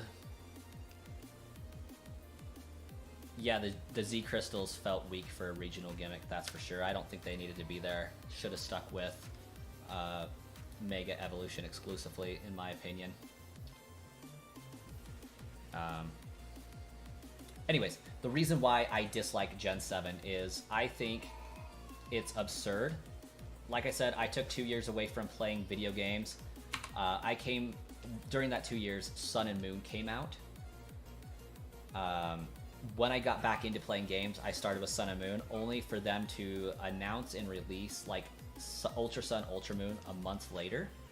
And so I felt really slighted. I got like 3/5 of the way through Sun and Moon, and then Ultra Sun, Ultra Moon came out, so I stopped what I was doing, started playing those so I could be current, and it was the exact same game until you get to the end game, and I was so pissed. It felt like it was a DLC they published as a new game, and that was just not cool for me, because I buy both copies of the game, so I wasted $70 to play the same games I was currently playing.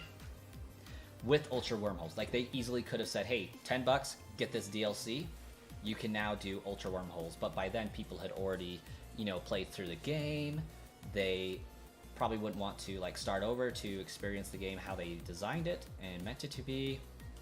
And I don't know, I just think the Ultra Wormholes weren't enough of a selling point to justify a new game.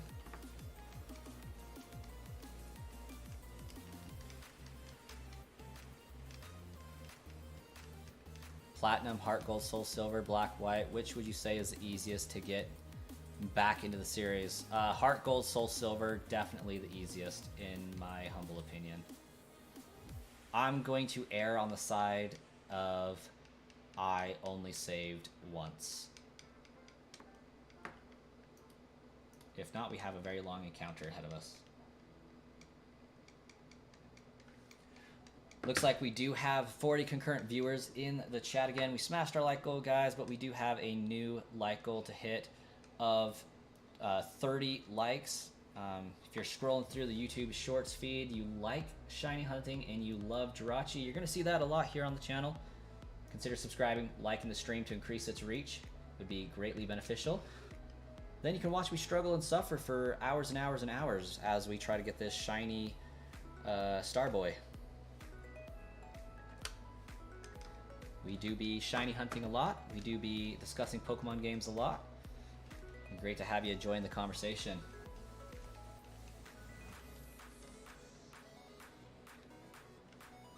Hey, Solus, can we get a message that has a beetle emote with like gold tilde 30 with another beetle emote as a comment?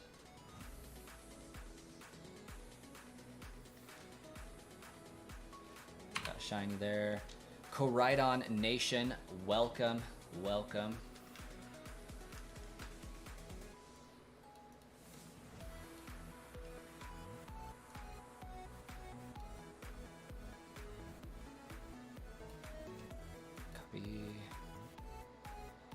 What was I doing?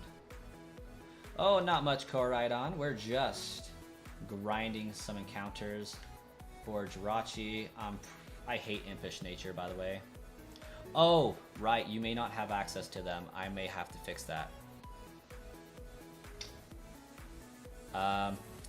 In the chat, I don't know if it's only for members. I assumed it would be for mods as well, but Beetle emote should be one of the things in the chat. Maybe I'm mistaken, but that's okay. I'll go ahead and take care of it. Not a problem. Feel like I need to corrupt a save file.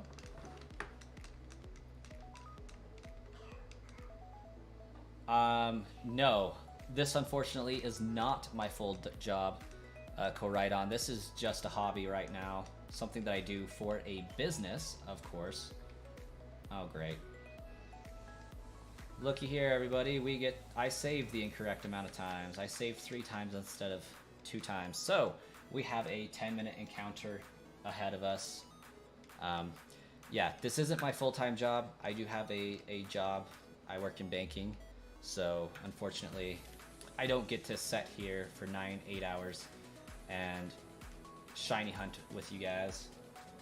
It would be a goal of mine to make this a full-time career, but I don't think that that's likely to happen.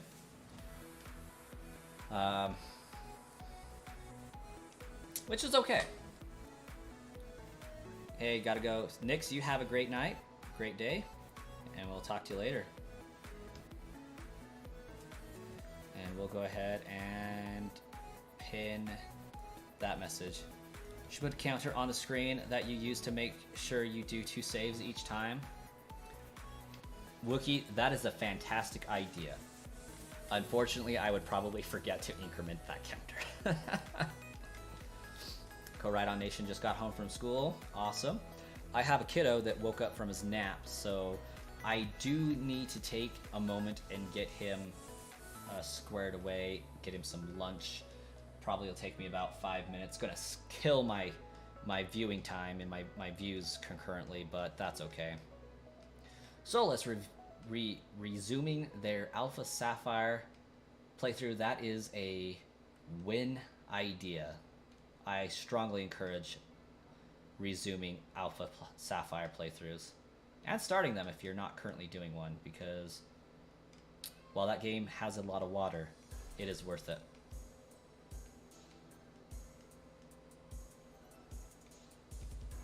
Koraidon Nation is a content creator who hasn't been noticed. Honestly, it is hard to make it as a content creator and streamer on any platform. I still don't think that I haven't been, or that I've been noticed. Like, got a decent following, not gonna lie, but compared to content creators, I feel like I am not one of them. Maybe that's imposter syndrome, I don't know. Apparently millennials have a really bad problem with feeling like they don't deserve to be wherever it is that they are, or feel like an imposter with whatever they try to do. Definitely got a lot of that going on, but for the most part, like, I tend to think that I am not that good at this whole thing. I do have a goal to get the YouTube play button. That is what I'm striving for more than anything. More than making this a career, my goal is YouTube play button. I want it on my wall. I want to say that I accomplished it. It's a goal that I set for myself and that I achieved. Like, pure, simple, that's what it is. And it's taken me like the last 2 weeks to come to the conclusion of why I want to hit that goal and why I want it. It's not for bragging rights to say, oh, look at my YouTube play button back there. I mean, a little bit, of course, like, gonna be honest. It really is just the mentality behind, I set myself a goal, I worked hard for it, I achieved it. That's what I did, is what it means to me. I am almost 1/5 of the way to meeting that goal. It's been a struggle for 5 years, and it's come in waves. For year 1, I struggled to get 500 encounters. Year 2, I hit 1,200 subscribers. Actually, I take that back. Year 1 was 100. Year 2 was 500. Year 3 was 1,000. Year 4 was 10,000. I'm working on year 5 right now. Well, I think I'm working on year 6. So tried to make it to year 5 is to 20,000, but I didn't quite make it. Came, I saw, I conquered, absolutely. Woogie Spooky says, your streams seem to be blowing up more and more, which is good. Hopefully you don't forget me when you're known by everyone. Honestly, I still remember names from people who drop in from when I had 100 subscribers. Like, as long as people don't change their name, I will remember people. I have a really hard time with viewers that change their name frequently, but as soon as they mention a thing that I've said to them or an interaction or discussion we've had, like, I will recall who they are. Like, oh yeah, my old name used to be this. It's like, okay. And then I make a new association that this name is now them. But yeah, I love streaming this stuff. I love getting to chat with everybody and just have a chill time, grinding through some encounters. This would not be possible without all of the wonderful people in my community that pop into the streams, chat it up with me, and make these shiny encounters bearable. Sitting here for hours on end trying to do the same thing over and over again with nobody to talk to isn't feasible. It's just not. So you guys make it worth it. Being able to talk to you guys, get to know you guys, share experiences with you guys, and revel in the monotony. I love it when people pop into the stream and say, hey, I'm shiny hunting this while I watch your stream. Let's suffer together type stuff. I think that's the coolest thing ever, that the internet and the platform can be used to bring people trying to accomplish a similar goal together. Solus, unfortunately, is in Fall Arbor Town. That town is the least redeeming quality about Generation 3. Not the water. The Fall Arbor. Hate Fall Arbor Town. Wookie, Lord Frieza did not redeem himself. He is still NL.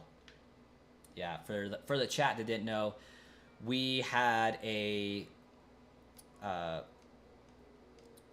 troll come into the chat, offer $500 to do some jumping jacks, but it was at 2 in the morning and I like having a place to live, so I declined. They changed it to doing 50 push-ups I busted them out, called their bluff, knew they weren't going to follow through, which is okay, but that's the story there. Viewer said that they were going to do a super chat or donate $500, called their bluff then and there, and moved on.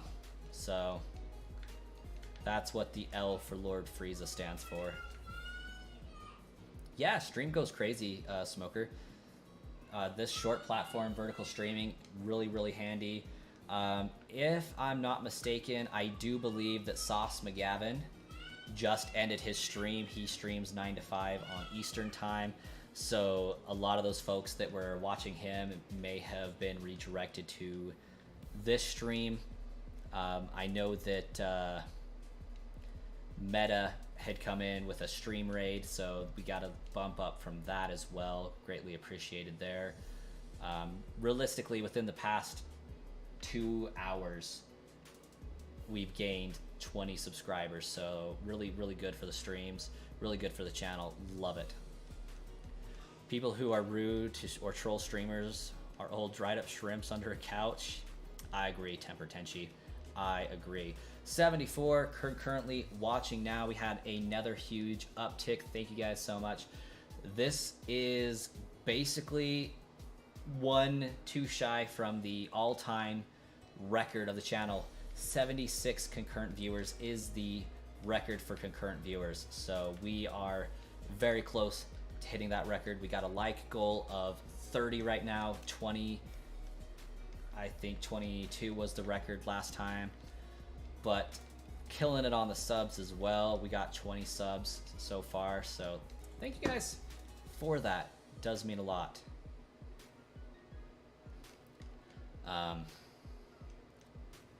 Yeah. Got 84 viewers before, you're pretty sure? From what I understand, I think I saw it briefly, but on my YouTube analytics, it only shows that the most that I had was 76.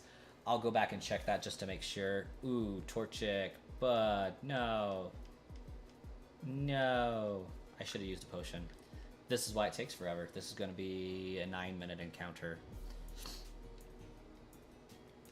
Baby Coin is woke up. He's in his crib. He probably wants out. I'm being pretty terrible, but he's not really ballin', so he's probably okay.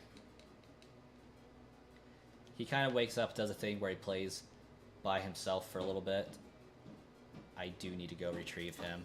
As soon as I save, that's what I'm going to be doing. I'm going to take a break for like 5 minutes, get him settled into his high chair, get him some cartoons going, get him some food, get him a drink, and then continue doing this for a little while yet.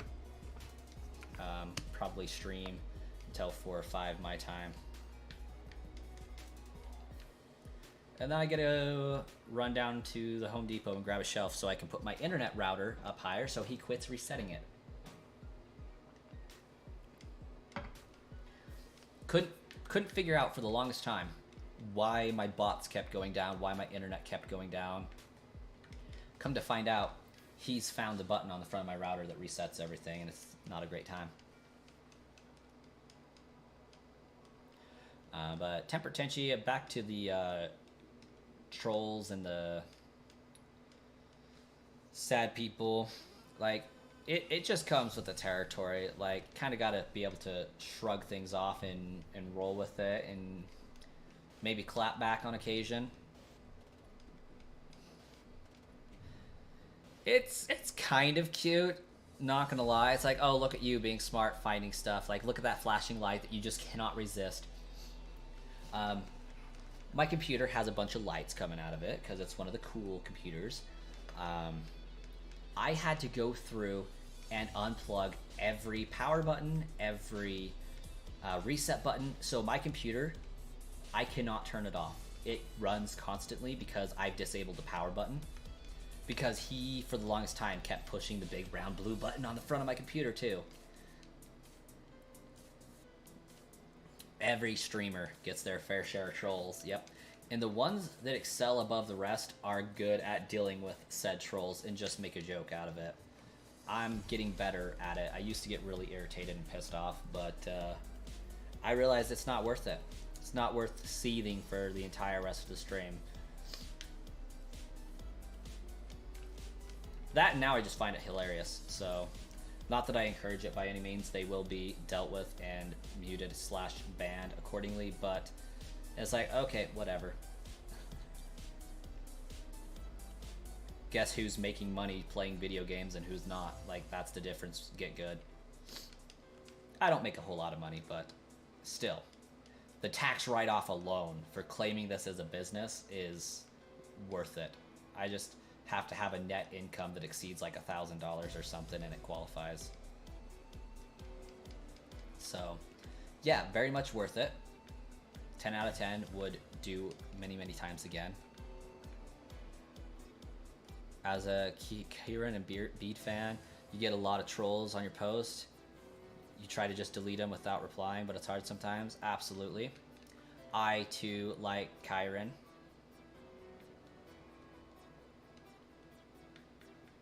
I think it's a pretty cool name. I like his villain arc. I think his villain arc's pretty cool. Yeah, he is the guy that wants Ogerpon and, like, goes schizo without it for a minute. Alright, guys. I am going to take a brief intermission break here. I'm going to put it on my idle mode for a second. I will be back probably about 5 to 7 minutes to get him situated and taken care of. If you're gone when I get back, sorry to see you guys go. Smash that like button if you like the stream. Subscribe if you don't want to lose the channel. I understand moving away to different things while this is going to be idle for a little while, but definitely subscribe if you like shiny hunting and like this type of content. We will be here for a long time doing these Jirachi hunts. I've been at this for over a year and a half already, and it's looking like it's going to drag on for many, many more months. So, be back in a few moments.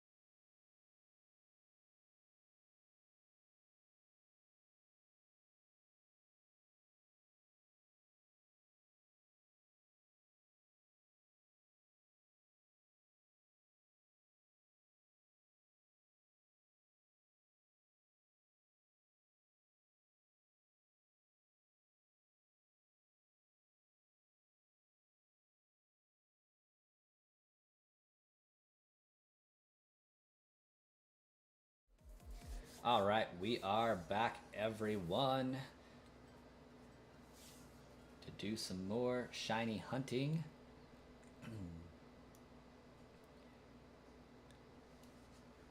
Just getting my bearings again. Baby Coin is now watching some Ice Age, eating some strawberries. Should be doing pretty good. And we are ready to roll on some more encounters as soon as I grab the correct controller. ReZero Season 4. What is ReZero? I don't think I've seen that one. Okay. Good. We're working. We're working. We're cooking.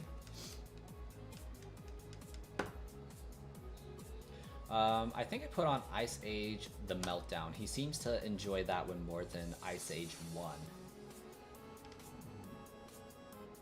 I think it's because of Scrat, honestly.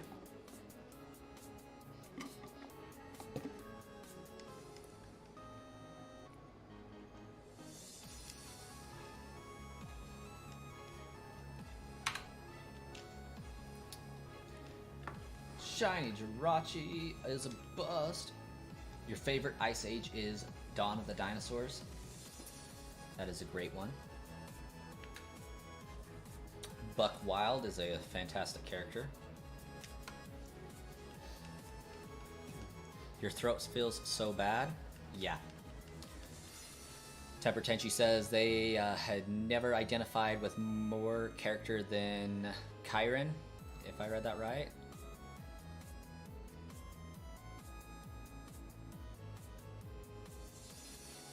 Yeah, never related to a character more than Kyren in my life.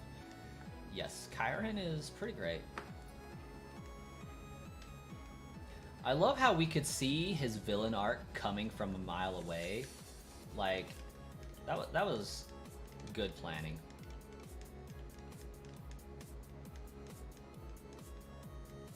Like, even without the foreshadowing at the close of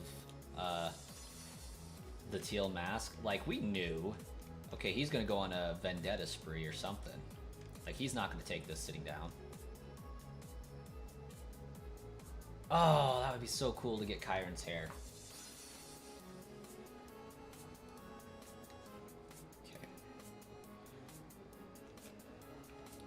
I'm gonna let this one run its full course. I'm going to update the stream a smidge because I have been streaming this for 2 hours, and we're gonna call it at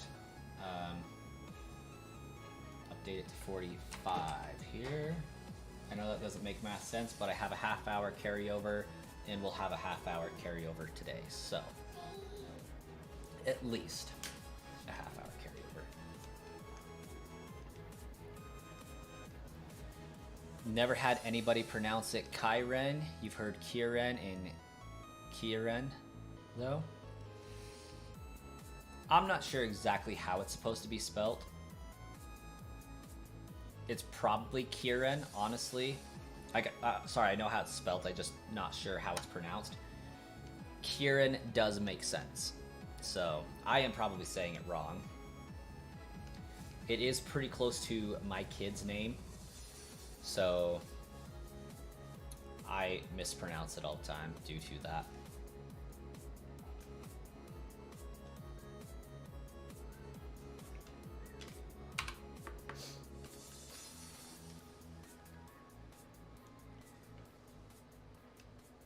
Valid.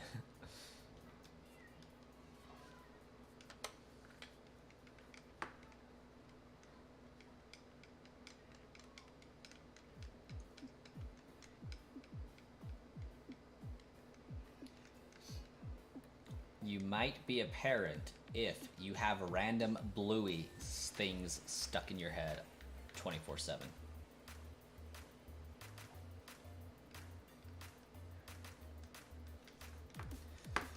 Such as do I.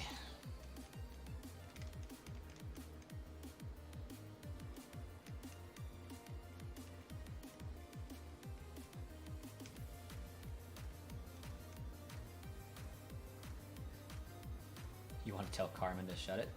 Honestly, like, I feel like this entire situation could have been mitigated if Carmen wouldn't have gotten involved. Like, Carmen is the reason why he went on his villain arc to begin with, being perfectly honest.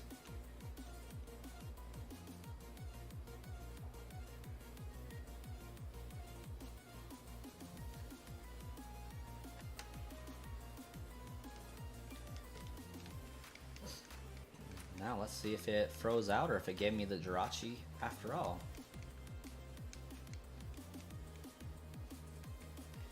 Okay, so that one was a bust. It does do that sometimes, where it just does not load correctly, which is fine.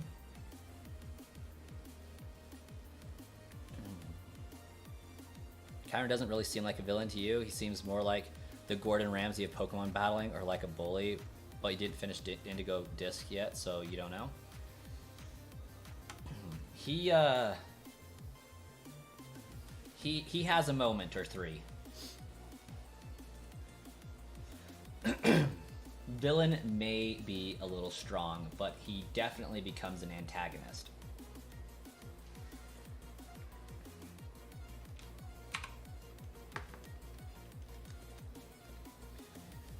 We literally just told Kieran, we saw Ogerpon and included him from the start, I think everything would have been fine. Exactly. It's the secret that bothered him.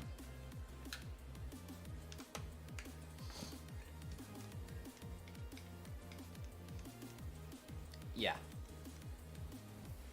His mental health breakdown is what I call it. Yes, this is true. If we would have just told him what was up from the beginning and not lied, would have been perfectly fine. Yeah, he does.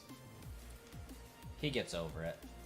Although I feel like he never quite fully, over the course of the story, he never quite fully returns to himself.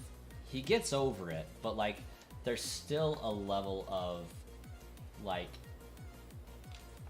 underlying malice there, it seems.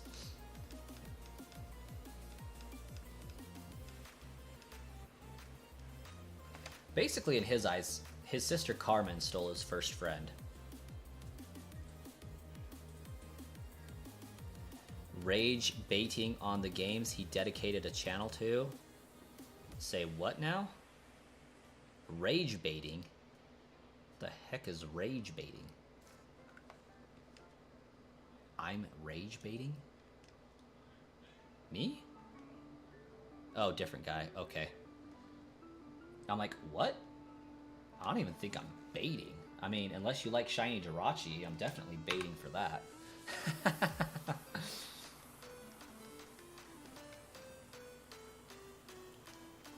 Sweet. Glad we're good.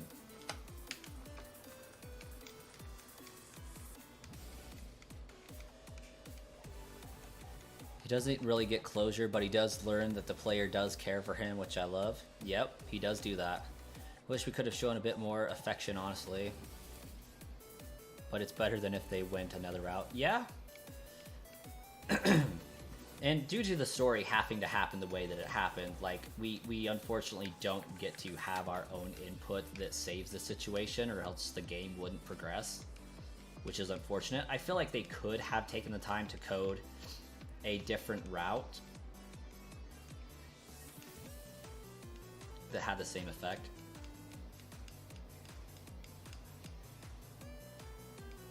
Would have given him your Ogerpon if you wanted it.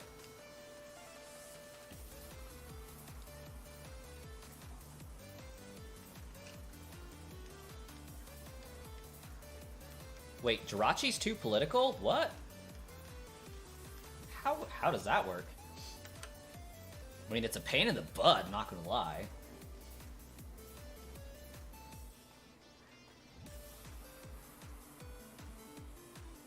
Gone sus.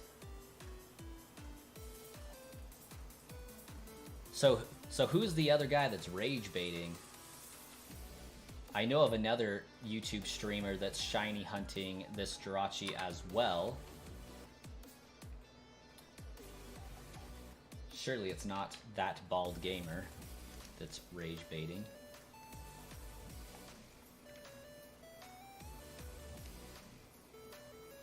Did I check this one? I feel like I checked this one.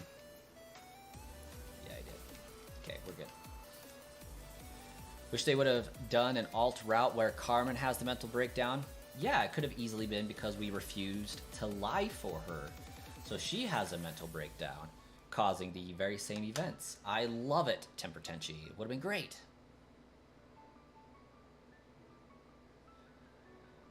Solus, I am stoked for PLZ. I'm glad that we're going to get another Switch game for Pokemon, maybe even 2, because I am still firmly set in the camp that we will get a Black and White remake Shadow dropped this year, just like BDSP. In my mind, we have until August for an announcement concerning Black and White. Just because it wasn't announced Pokemon Day doesn't mean anything.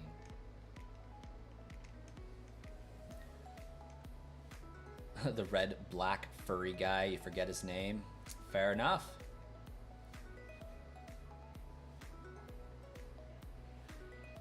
There's everything and says everything will be a disappointment. Ah. How many times did I save?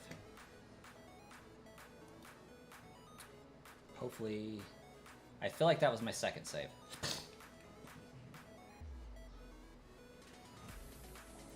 Ah, don't say his name.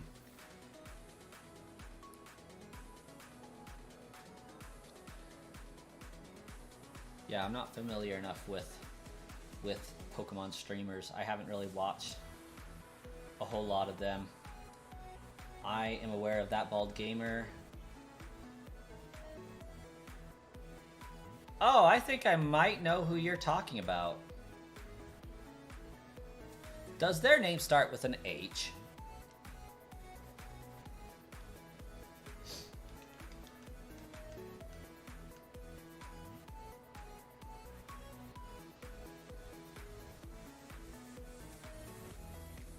If you ever forget how much you saved, you should flip a coin. Honestly, there is a better way for me to decide how many times I've saved. The one you're thinking of starts with a V. Yeah, definitely haven't heard of a streamer that starts with a name of V that I'm familiar with.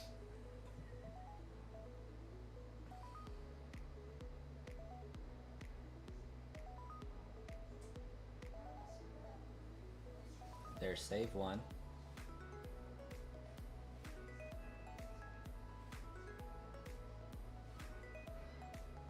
There's save two. Okay, we're good. We good. We're on track.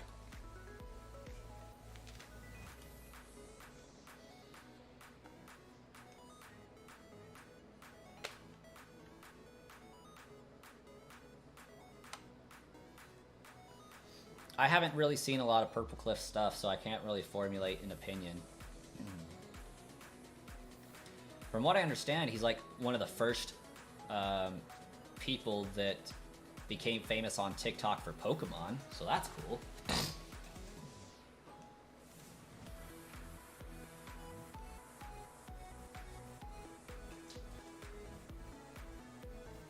Oh, one of those.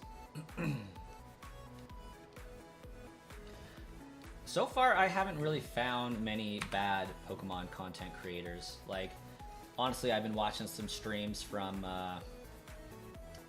That Bald Gamer,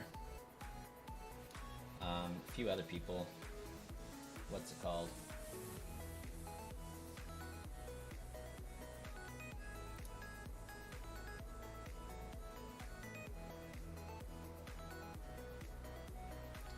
Man, it's been so long. I don't know. Either way, not important. Where am I at?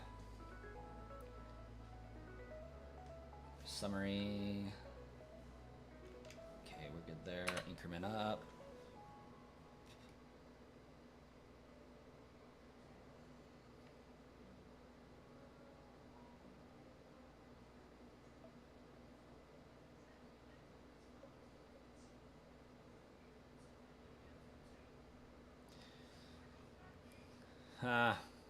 One of those. Okay.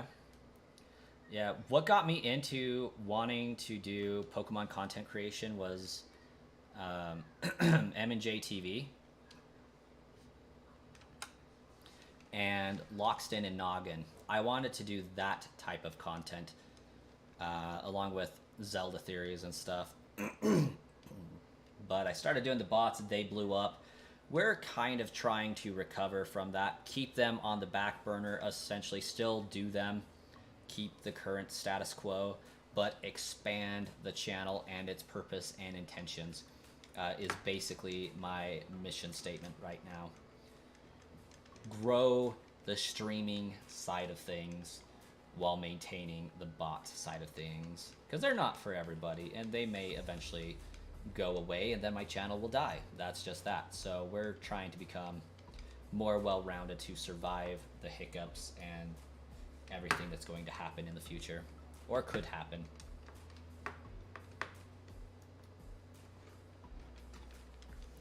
And so far we're doing a banging job. We got 100 subscribers just from doing some shiny hunting on vertical platforms. But yeah, I've been watching some Sauce McGavin, some That Bald Gamer, giving credit where credit is due. Sauce is actually the reason why I started vertically streaming to begin with. Also, it seems that my saves were incorrect, so I get to do a save corruption the long method. Dude, reset. There we go. Oh, yep, I've heard of that name. Yeah, they are a Doom cookie.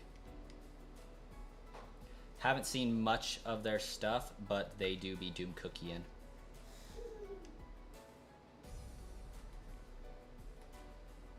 Oh.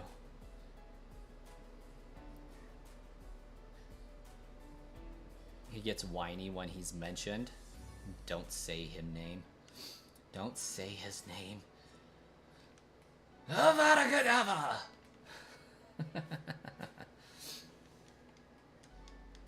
He who must not be named.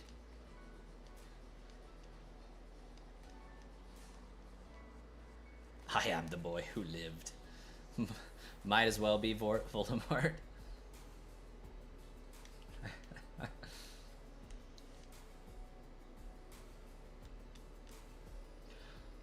I don't know. Like, I feel like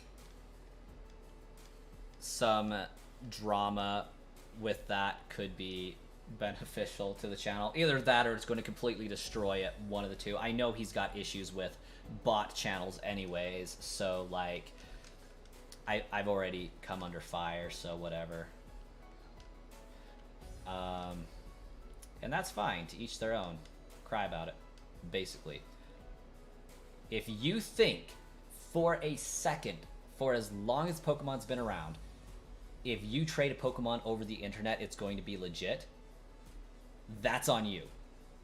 Because people have been trading hacked Pokemon since Generation 3, trading it online since Generation 4, because action replays could not be stopped.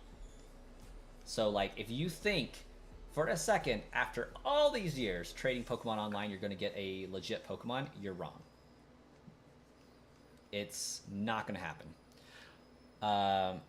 Yeah, I'm resetting for a shiny. Hey, Harley, the reason why I'm completely restarting is because I screwed up my save resets, so I couldn't do any more soft resets on that file. I basically had an incorrect backup save, so I got to reset my entire save after I get to Pokedex, and start breaking my save file again. Can't believe we've been streaming for 2 hours and I've only got 30 encounters, but I guess that was the goal. Truth be told, like, I am pretty on track for how long I've been streaming, which is good.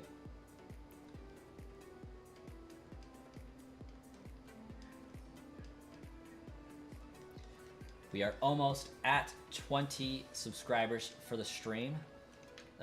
I apparently am talking to the TV, not the clock. That is counterproductive.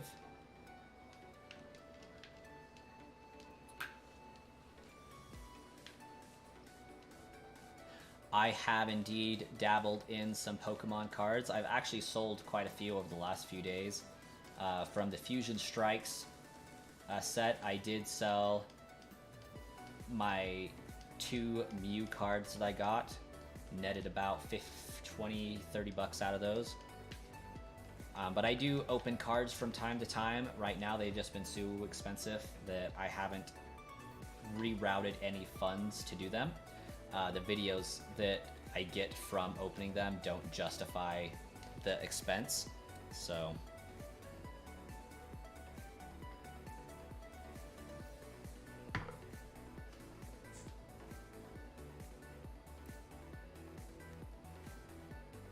Clara, welcome to the stream. Thanks for chatting. How are you today, Clara? And how are you, Harley? I never asked that. Your shiny Solgaleo from the GTS is boof, but he's still cool to look at in a box of every shiny still type since it's your favorite type. Otherwise, you wouldn't seek out a fake shiny. Yeah, I mean, realistically, these bots, or bots in general, on any channel, that are trading out generated Pokemon, as long as people know they're generated, what's the problem? Like, I really make an effort here with my giveaways to let everybody know, yeah, they are generated. They have my OT because in the Pokemon community, especially the online trading community, my trainer name is blacklisted, essentially. Like, people know that if the trainer name says Brascoin on it, they are probably generated. Which is why I'll be completing another living dex under another trading name, just for my own personal purposes. But, yeah, like, and I'm okay with that. It's also the reason why I don't do giveaways, typically, that have... I mean, I do, but I try not to. That have, like, 2014 as the OT name, or Mythic 22, because those ones are harder to tell, and I don't want people to get Pokemon from my channel to be trading these Pokemon away, claiming they're legit, and getting good trades and respect for them. And yeah, it's pretty easy to avoid generated mons. If it says stats are perfect and it doesn't have a bottle cap on it and it's shiny, it's probably generated. Like, it's really easy to tell. But in that same vein, we say that the online system can't tell, and really, if they're made right, it can't. Aside from the fact that, yeah, this Pokemon's perfect. A human knows, but a computer wouldn't really know. Because humans can be objective about it.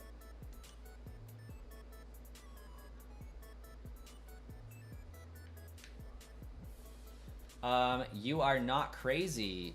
There did used to be red chats. Maybe the chat got turned off in my button clicking here.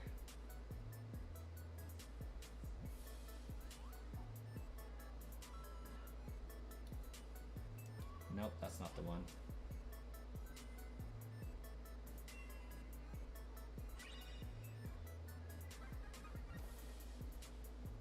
Chat box? Chat box? It's there. They're just not loading for some reason. I too release them, but as many wise people have said, I take the Master Ball when I get them and release the Pokemon. But I do have generated Pokemon in my Pokemon Home account. Like, I know that.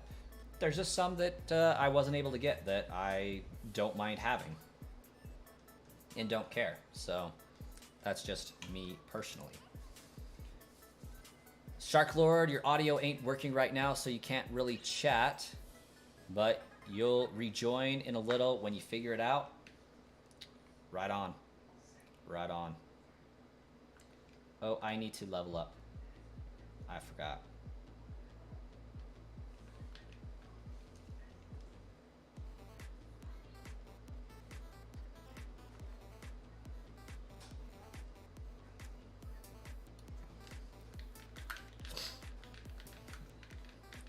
You feel like Gen Mons are only a problem when people trade them for real ones. You accidentally traded your shiny Giratina for a generated shiny Regidrago. Yeah, that kind of sucks.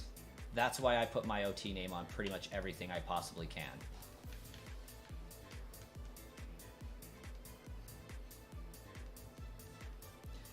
And realistically, if people are willing to trade away a legendary that cannot be obtained anymore, much less on the system that they're trading it away on, it's 98% generated, guaranteed.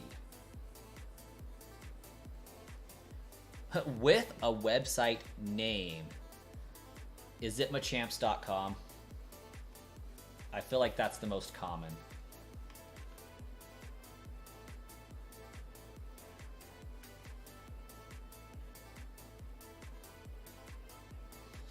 That one is an extremely common one. Oh gosh dang, it's snowing again.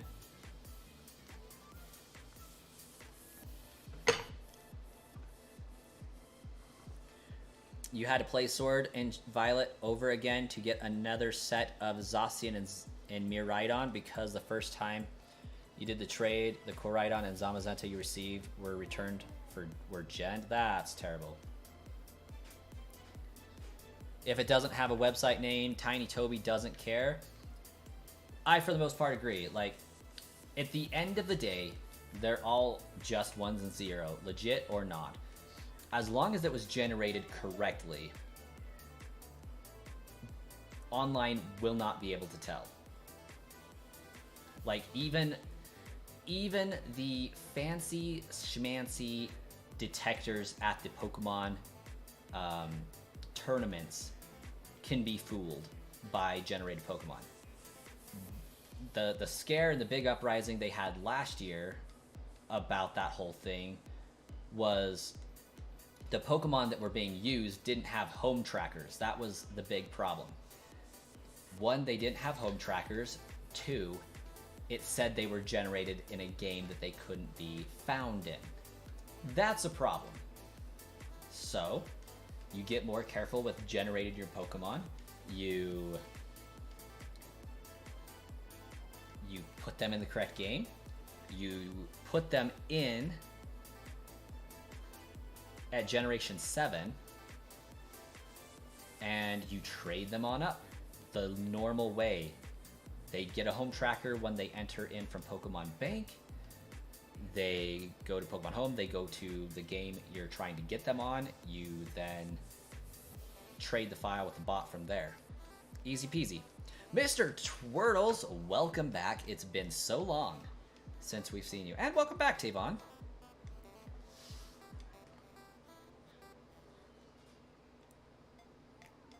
Oh, Temper Tenchi, that is the worst. No gen, please. And you get a gen.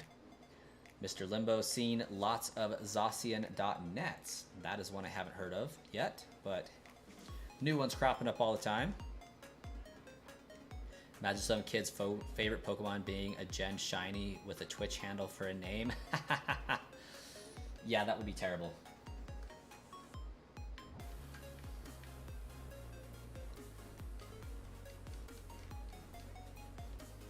Yeah, I feel like certain people have caused ban waves because of giving away Pokemon that weren't generated properly. And I'll be the first to admit, I've done that myself. I haven't started a ban wave, definitely not that, but some of my giveaways have not been able to go into Pokemon Home because they did not have a home tracker, and they should. But that only happened between August and September of last year when that check first became a thing. Otherwise, it doesn't really matter because as long as they were received and put into home prior to that rule going into effect, they would have a new home code generated anyway, so it's not a big deal. Sumi Tsunami for the $1.99 super chat. Thank you so much. Fool is a legendary quote from Soul Eater. You fools! Yes. Which is why Excalibur is the most legendary of blades that only heroes can wield, because only the heroes can stand to put up with him. Pog Sumi. We do a little hustling. We do. Soul Eater is indeed epic. I don't know if I would agree with it being peak, but it is an amazing show. Oh, apparently I'm just going for it. 45 hours checkpoint. Yeah. Yeah, we are 7 minutes away from hitting that 45 hours for real. I did type that a little bit early. Yeah, I have indeed seen Soul Eater all the way back in like 2010 when I first got Netflix. Or Crunchyroll, one of the two. I feel like it was 2010. It could have been 2013 for all I know. I feel like I left the lab and I shouldn't have, so I'm going to return and save and continue on this shiny hunting endeavor finally.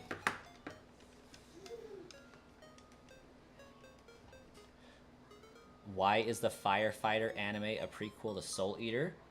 I do not know anything about that Firefighter show. So, if it is, I couldn't say.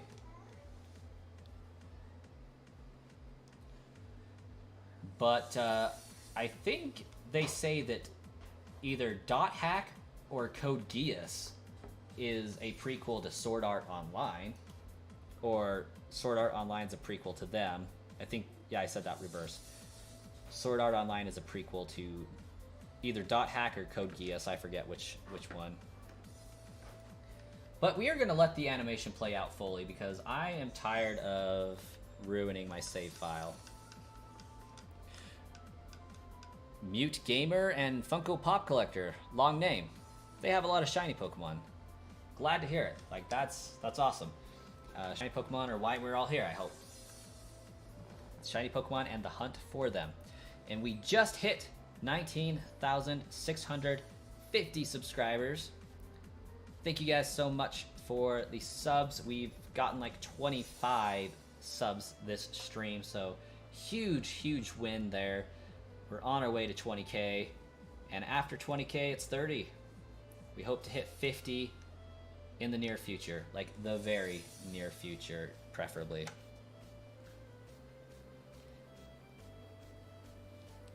It's ya boy Arsenon. Welcome.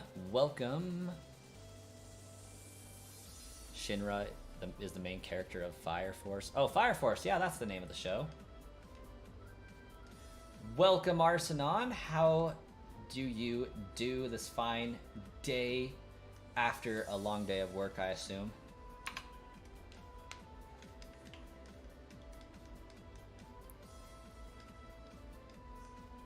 Mr. Twirtle's just here to chat. Glad to hear it. We do some chatting. I feel like I already checked this. I did. I kind of reloaded the save file on accident. We'll save corrupt here. Yes, clear. Load up the GameCube disc. Yep, long day indeed. I believe it. Sumit Tsunami is always here with the expedition dump. Exposition. Makes sense. Baby Coin is doing well. He's in his chair watching Ice Age and eating some strawberries. Having a blast.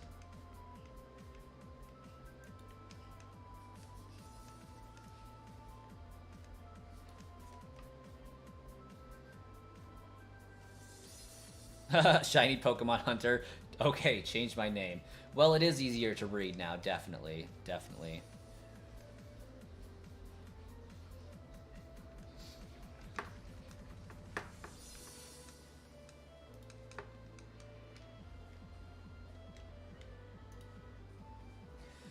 I feel like the speed with which this gets us done is warrantable, maybe. I don't know. I have issues. I keep bouncing back and forth of whether I reset early or late. Ice Age is a good movie. He's watching The Meltdown right now. Oh, his teeth are like in. He's pushing molars right now. Yeah, he's got like 8 front teeth so far with 2 molars pushing through. It's been a pleasant experience. Not really. He screams and cries. Constantly noms on everything.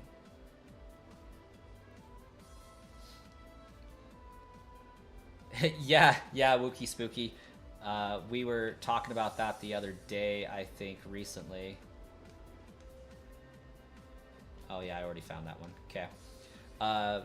Baby coin is going to have to default to copper coin in June when there will be a new baby coin coming, and I did not reset that fast enough. So we have another 10-minute long hunt in front of us.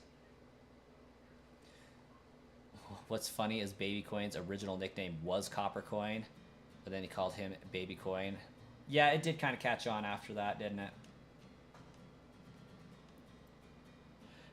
Shiny Pokemon Hunter spent more than $200 on Pokemon. That, in this day and age, is pretty easy to do. Did you buy, like, Ruby and Sapphire or something? Or did you buy Heart Gold, Soul Silver? Or did you buy this dreaded bonus disc Jirachi thing? Because that's $200 by itself. Baby Coin got demoted. Thanks, Wookie Spooky. Yeah, 19,650.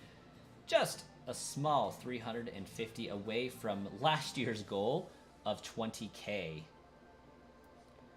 Pokemon Go is a money pit. Wait, it was a Pokemon Go, right? Because, like, I have spent a little bit on Pokemon Go, but I do keep it to a very, very, very minimal. Wookie Spooky, yeah, you basically are, like, my professional hype man. I love it. Here for a great time with Wookie Spooky.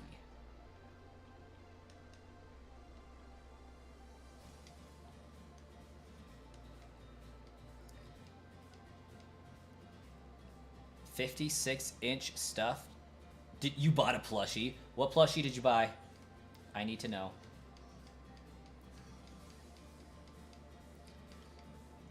Maybe I should start a plushie fund so we can just have that shelf be like overbearingly full of Pokemon plushies.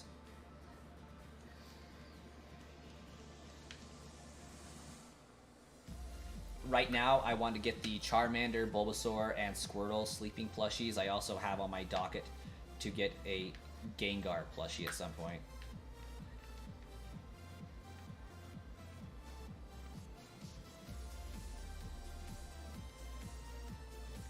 Is there a hack on Pokemon Go that just changes everything to the Halloween scenery?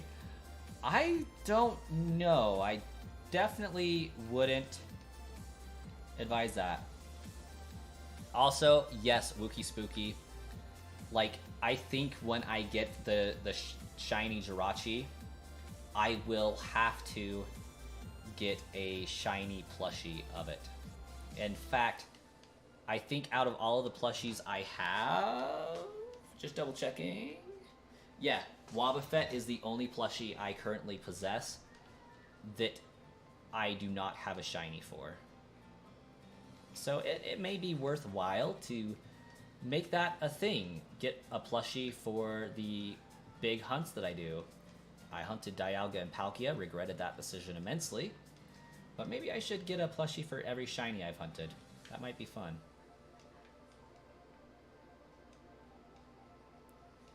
Gengar, Beanbag, needs to be a thing. Yes. Holy switches indeed.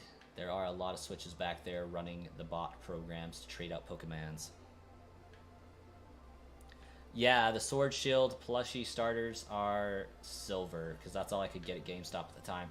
I do kind of want to repurchase them as colored versions, because I personally like Scorbunny's coloring. I also like Grookey's coloring. But for now, I just got them in silver.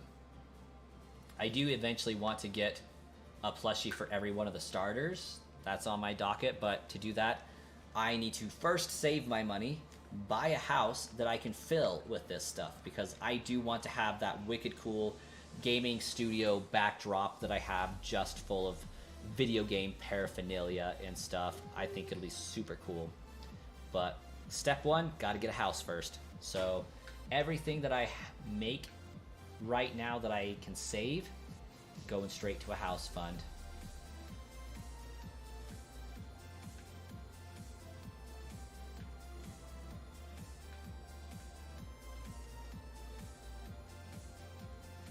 What sucks about not RNG manipulating this Jirachi is you need specific Tid-Sid combo for the shiny Pids. This is correct.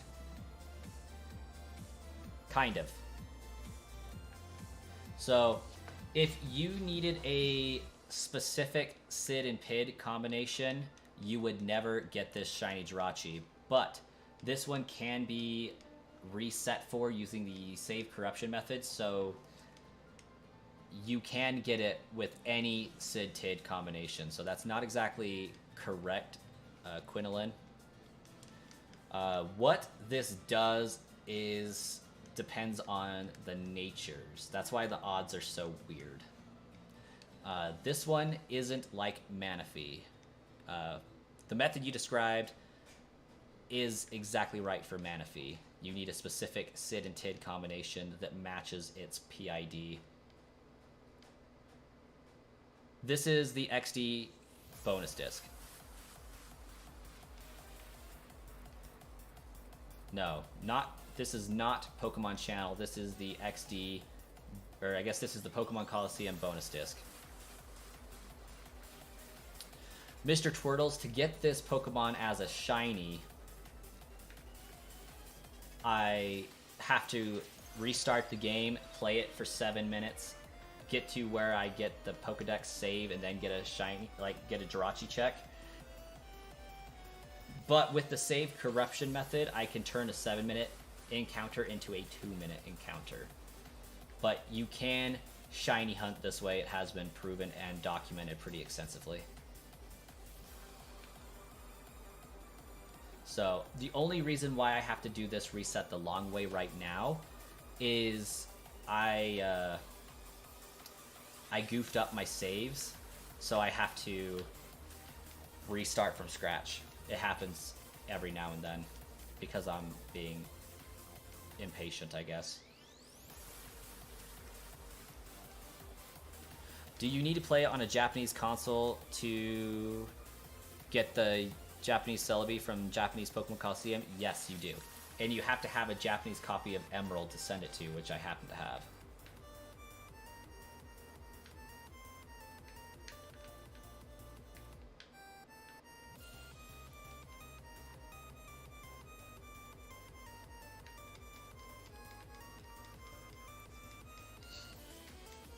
Yeah, out of the 8 people that have recorded themselves streaming and catching this shiny Jirachi, at least 4 of them have used the save corruption glitch. So it's definitely possible. It is not entirely dependent on the trainer ID and secret ID for bonus disc Jirachi.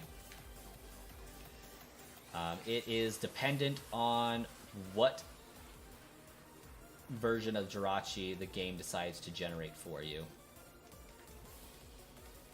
Because if it depended on the Sid and Tid, I wouldn't get a different nature Jirachi every single time. I don't think I've had it yet where I've received the same nature twice in a row, but I haven't really been paying that close of attention to that one.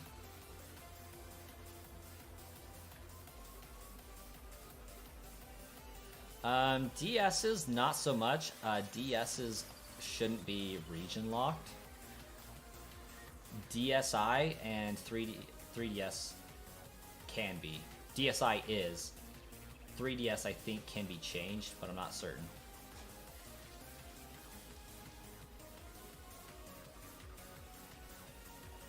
Yeah, Quinolin, that is correct. Right now I'm doing the main save file. Then you save again to create the backup save file, and then you save. Yeah, we'll go over it. We'll have time. It's actually just a minute away.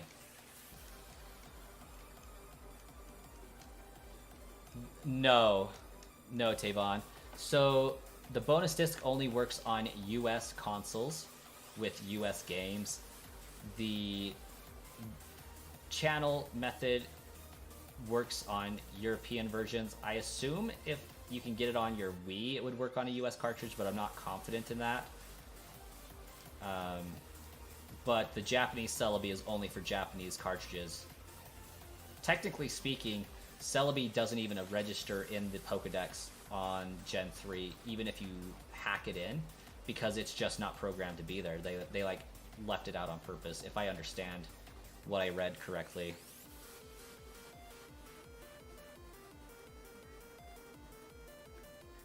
You got it in 25 attempts with RNG manipulating?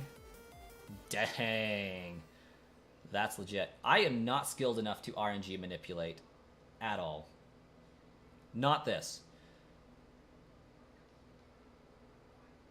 But yeah, RNG manipulating, if you know your trainer ID and your secret trainer ID, you could, in fact, RNG manipulate it.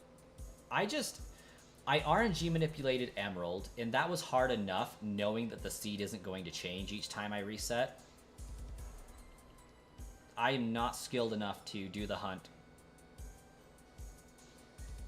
with a changing seed. Mr. Turtles, I have in fact heard of Hollow Knight.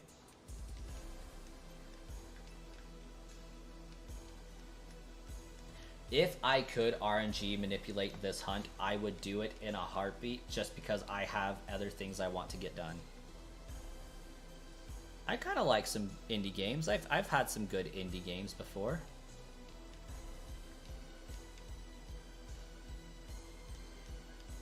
I have not played Hollow Knight. More than one step too complicated for Arsenon. Me too, buddy. Me too. I do own both Hollow Knight and Undertale. I just recently have not had time to play them. Been focused on the grind of content creation and streaming for far too long. Alright, so we got save file for the main save file.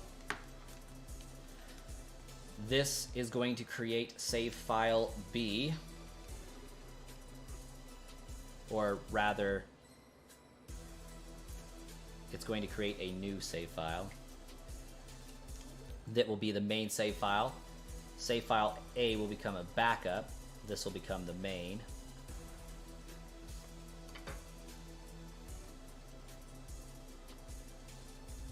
What is going on with this thing?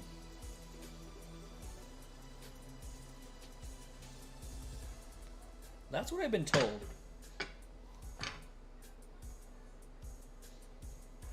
Bruh, why are you leaking right now? Like, what even is the issue here?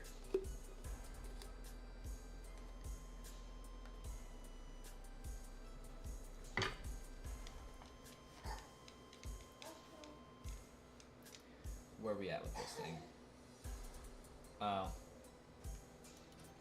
It does not like what I did. Had one of those issues happen.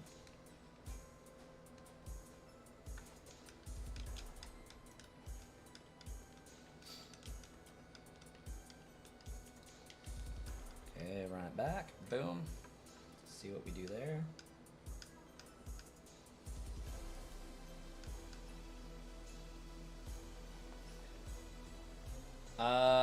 It is the water Eevee. That will be Vaporeon. When you say, do you pronounce it Rayquaza or Rayquaza? Wookie Spooky, gonna be honest, I pronounce it like a good, rational, sane human being. It is Rayquaza. There is nothing in that word making the U force the long A sound.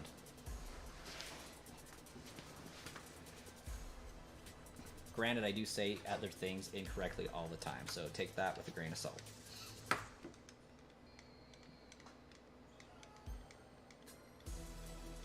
The better question is, How do you pronounce Suicune, Suicide, Suisoon, Suisoon?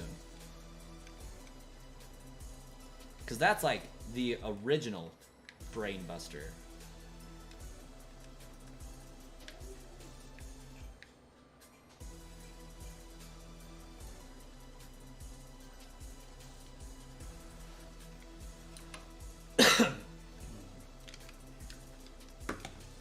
Suicune. Thank you. You and your friend argue about that all the time.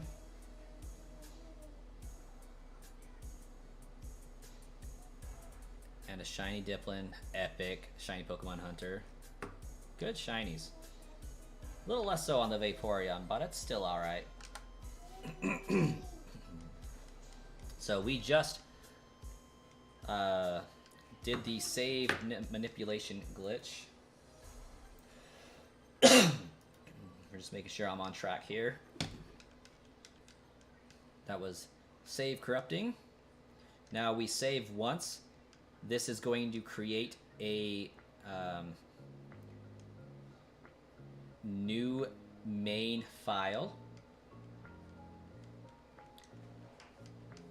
And then we save again to make that new main file the backup save file, so that when Jirachi saves, it will overwrite this one. Okay. And then we check on this. Almost ready. For Suicune, before you heard anyone else say the name, you would call it Suicune. If we were to pronounce it with its like Japanese inspiration, because it is still spelled Japanese-like but in English letters, it would be Sui. It would be Suicune. Occasionally, from what I understand, that E can be dropped. It doesn't have to be pronounced. But if that was the case, they would have just put an N character there instead of a ne, so I do feel like it would be Suicune.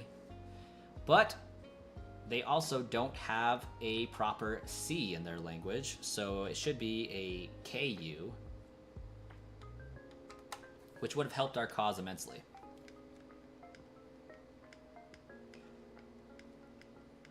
Suicune. Suicune. Suicune. Yeah. I've always called it Suicune, but I think that it could be Suisoon, and it could be Suicune.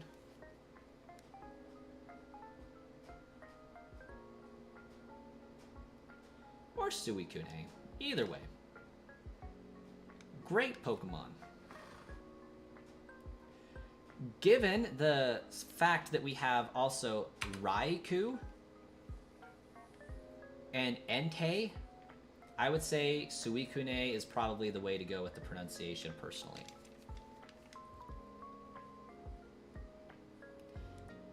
Yeah, it's definitely up to the person.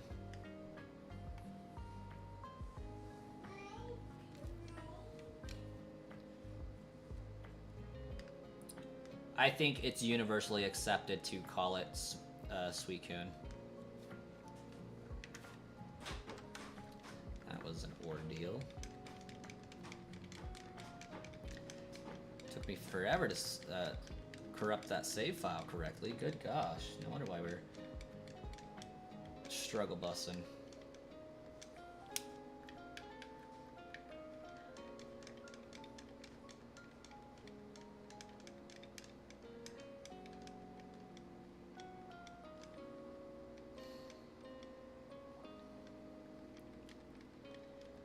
Oh yeah, back to earlier question and point. Quinoline, I think they're still gone. They haven't announced that they were back, but yeah, this one doesn't depend on Sid, Tid, or Pid. The shiny frame is generated when I save for this particular method. I don't know about others, but this one, every time you save, it reloads what seed is going to be generated, and it's entirely dependent on your seed if this is going to be shiny or not. The name Suicune comes from Sui water, absolutely, in Japanese. And Kun, monarch in Japanese. So the pronunciation is Suicune. I love it. Thank you. That makes sense.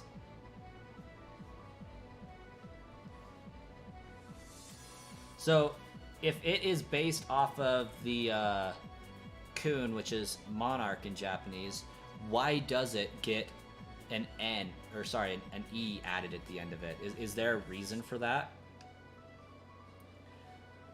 Because, I mean, it would make sense to have its name translate to water monarch for how majestic it is, but why does it pick up an E? Of course, Arceus is greatly known as the Great Arceus. Like, that's set in stone. Like, Pokemon doesn't even have an opinion or, you know, a say in that. It is Arceus.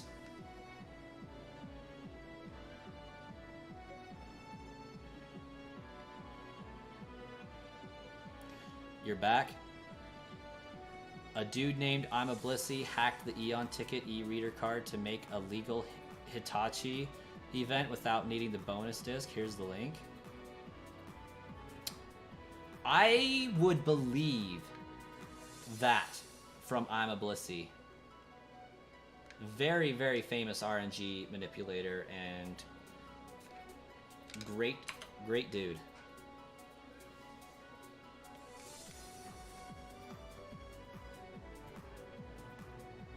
I think it's for styling purposes from the transliteration from Japanese to English. That would make sense. So in Japanese, it would be just the N, no E there. That would make sense. Doing that usually flags things as illegal, though. It may not, because, like, I think it just bypasses the C to generate the shinies. Like, that may not be an actual problem.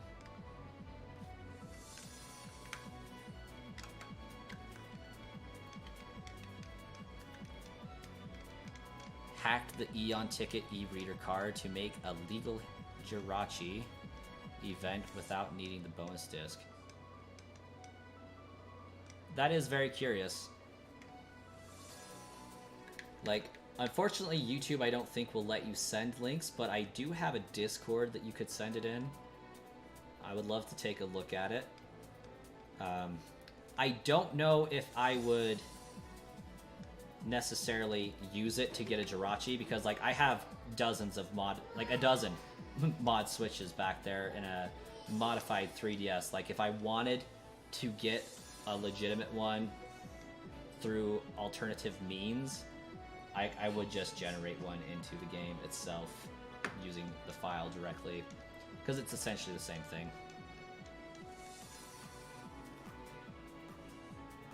It's completely legal. Like, I would believe I'm a Blissey could figure out how to pull that off, honestly. They are a great content creator. Lieutenant Blastum, do you like TMI jokes? We tend to keep the chat and the channel family friendly, so yeah, it depends on the severity of the TMI, I suppose.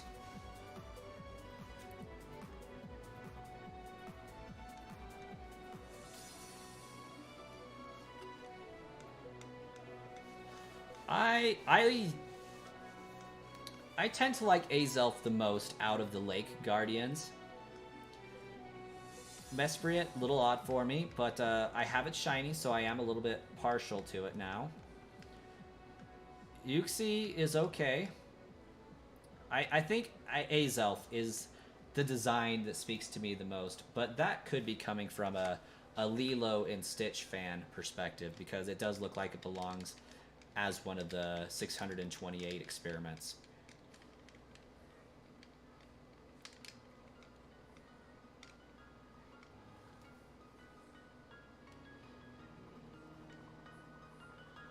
You right, Wookie Spooky. They put the E in there so we would say Coon instead of the other one.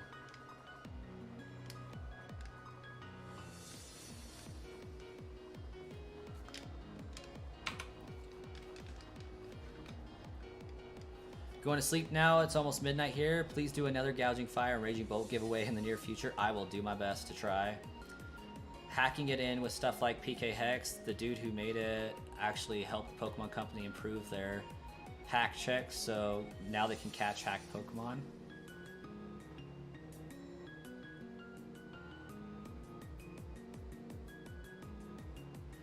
If you're talking about I'm a Blissey, it's completely legal. 19652. It was at 654 for a second, but then it wasn't.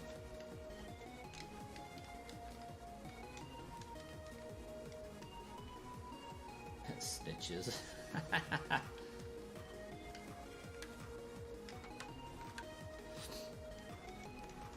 Yeah, that's a great tidbit to know, Quinolin. I love it. Like, I am definitely down to look into it. Because, like, I do want a legitimate shiny Jirachi. Whether I use that to get it or not isn't going to affect whether I do this hunt or not, because at this point, I'm 45 plus hours into it. Like, I'm pretty committed to getting it at this point.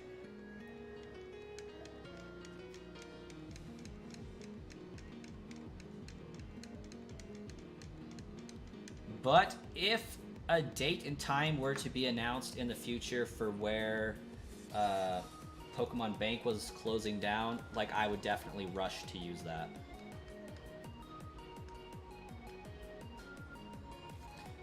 That's interesting. I didn't know that I'm a Blissey actually helped the Pokemon with their hack checks.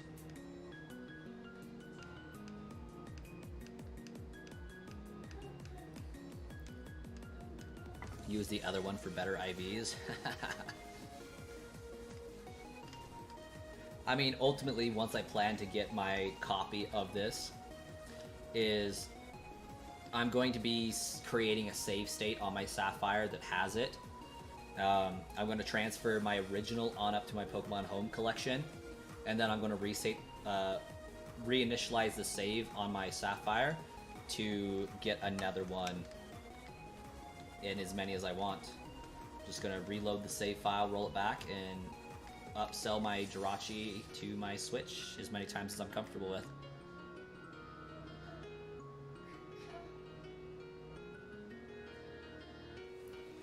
Wait. There's two I'm a Blissey? Oh, I gotcha. The creator of PK Hex got with Pokemon. They do like not like being legit. They do like trying to be legit. It is purely for their own purposes.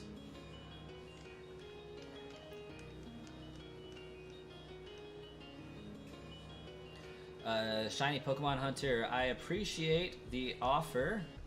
However, I do not like shinies if I'm not the one that earned them myself. If I'm not the one catching them, they are less than worthless to me.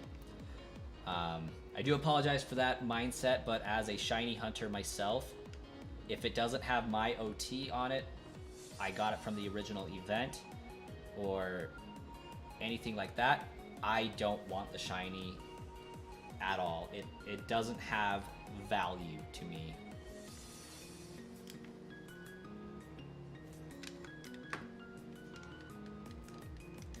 And that really stems from my mentality of pretty much all Pokemon. One, I'm a shiny hunter, so I like putting in the work and the effort for my collection to grow. On top of growing up in the era of the action replay, if I didn't catch it myself, it's hacked. That's my mentality. And sucks that it's got to be that way, but action replays went crazy back in the day, and there was no way to really notice or tell left from right with those.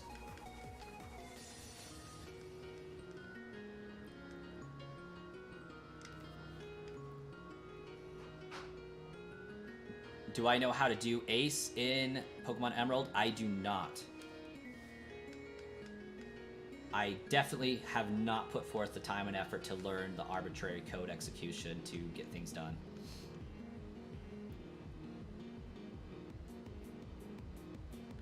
Oh, Wookie. No, I don't actually. I struggle through working out. You know what the ironic thing about Lord Frieza jumping into the chat and asking me to do 500, or, you know, push-ups for $500 and then backing out on that? I have this thing from a goal video in January that if I didn't work out that day and I'm asked about if I've worked out on stream and I haven't, I have to then do some sort of a workout on stream. So if they would have just asked, I would have had to do it because at that particular moment I had not worked out. It's kind of ironic.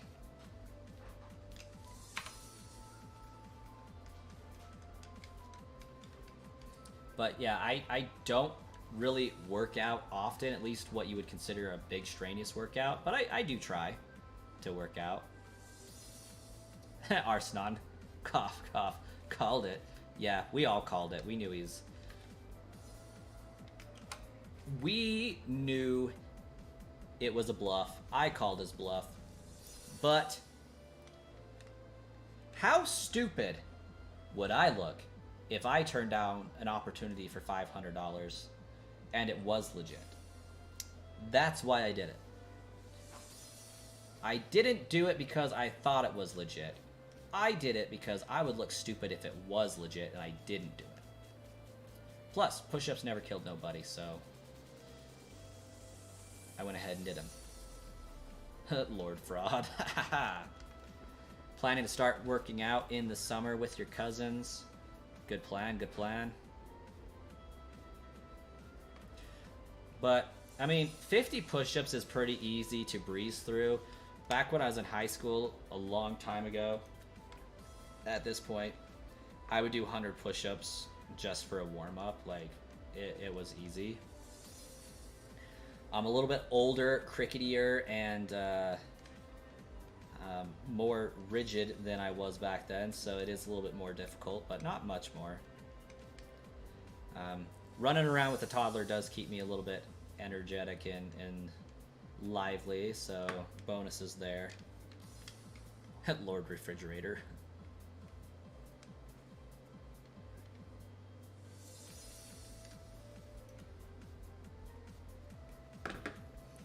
Yeah, not too bad.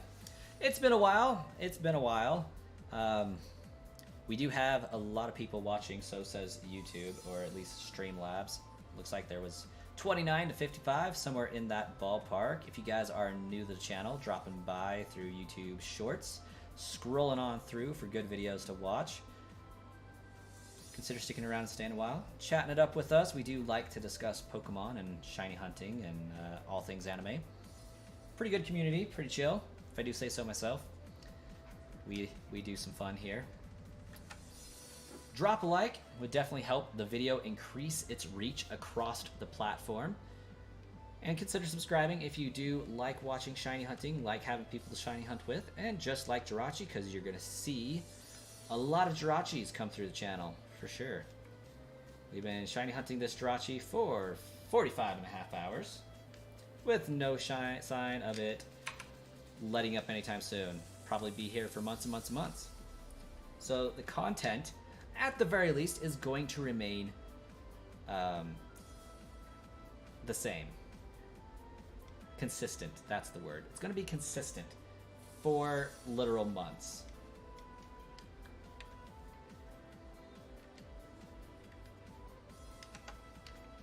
Hopefully this thing isn't ready. Perfect. It's not quite ready. Good. Shark Lord is back. Here is Amablissy video named I Made More DLC for Pokemon Ruby and Sapphire. We will...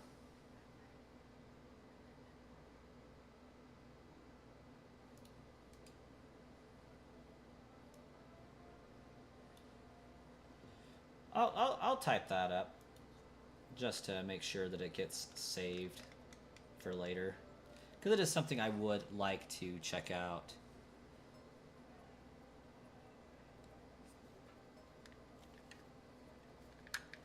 But first, I'm going to do my saves so that I don't lose track of where I'm at in the process and have another 10-minute reset. Because we don't like 10-minute resets here.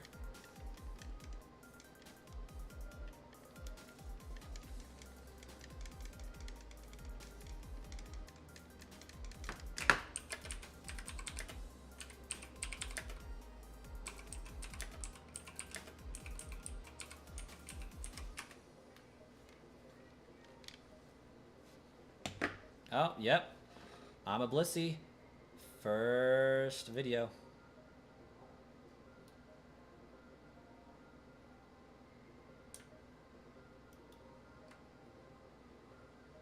We'll just save that for later.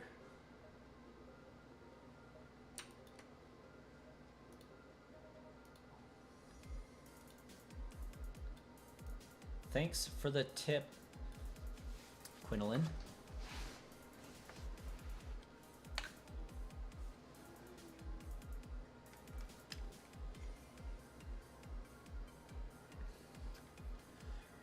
You remember the shiny Pokemon Hunter in the anime?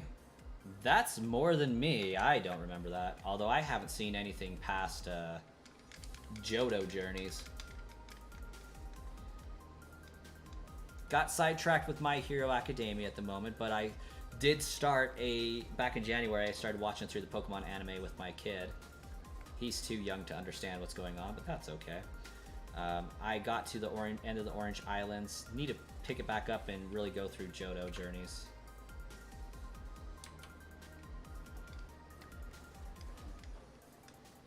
Once you get the shiny Jirachi, you should release a montage of all of the highlights, funny moments during the hunt. I might could do that. It's going to be a lot of footage to sift through for sure. It's a good idea though, Wookie. Good idea. I think I might have waited a fraction of a second too long on that reset button click. So I may have a 10-minute encounter ahead of me.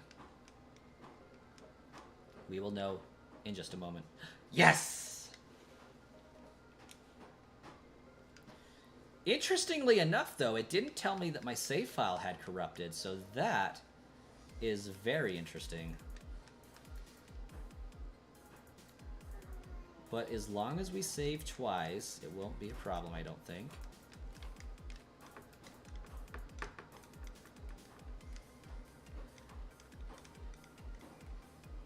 Do you want me to send you gifts on Pokemon Go a lot, or only when you give me gifts so it's easier to manage all your gifts? Whenever you want. The faster you increase that friendship, the faster we both get massive experience points. So I'm up for it. I think I caught up with all the gifts so that I can open them all in a day now.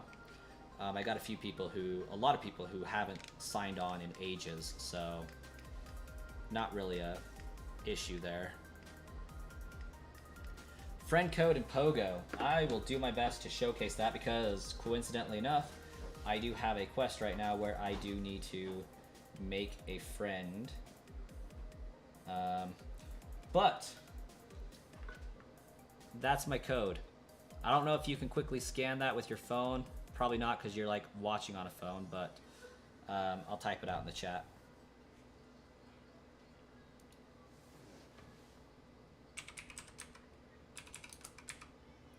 Oh, I did double tap 3. That should be it. You took a photo? Epic. But 615322030672 is my code.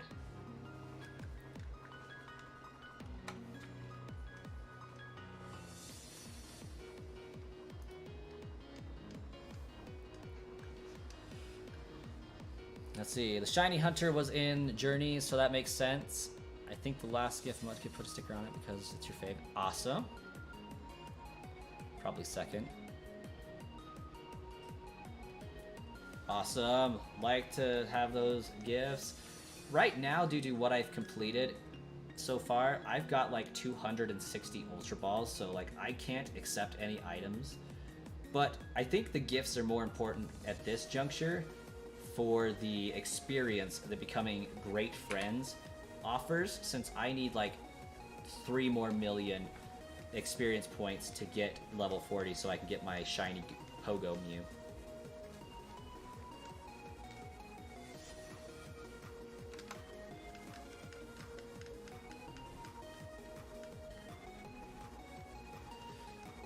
Oh, yeah. In future hunts, one thing that I'm going to try to do is let the chat name the shiny Pokemon I hunt. At this moment in time, I don't know whether that's going to be just the chat in general or the highest super chatter at the moment that I find it. All that fun stuff. We'll see. I would kickstart it on this one, but I'm not sure if shiny Jirachi can be nicknamed due to, you know, it having its own OT of Wishmaker. I don't think you can nickname Pokemon that aren't yours in this game. You normally play from home? I do too. I use a spoofer so I can teleport on occasion, but I too play from home. I do go out and walk about still though, because I like to get some exercise when it's nice out.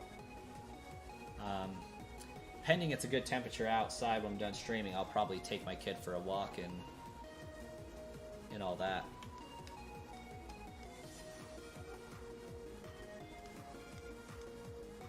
Let's see if you can get a shiny Tapu Lele from your last raid of the day once you find one. Speaking of, I should check to see if there are any raids near me. I don't think so because it's like 7 in New York where I teleported to, but we'll find out.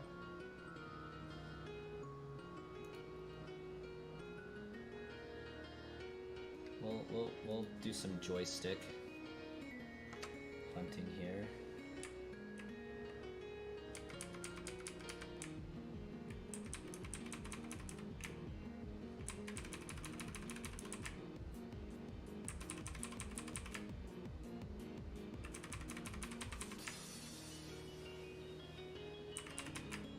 There is a Tapu Lele raid near me, actually.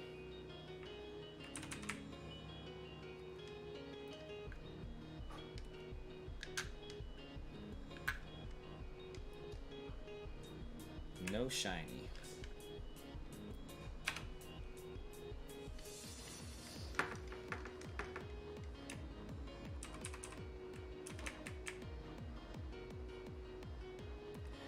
Quinlan has a shiny Tapu Lele. Wow, that was difficult. Why didn't that increment? I know I incremented that.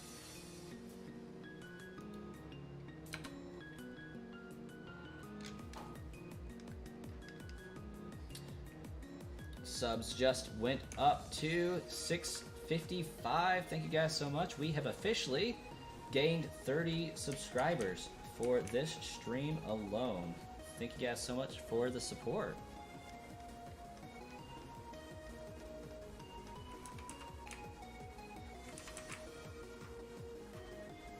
How do I keep doing that? I'm not even spamming A. It's just like auto getting me into the game.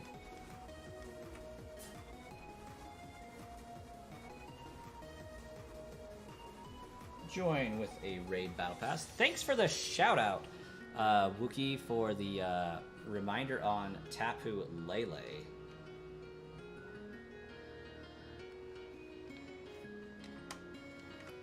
Because I do want to try and find a shiny one of those bad boys.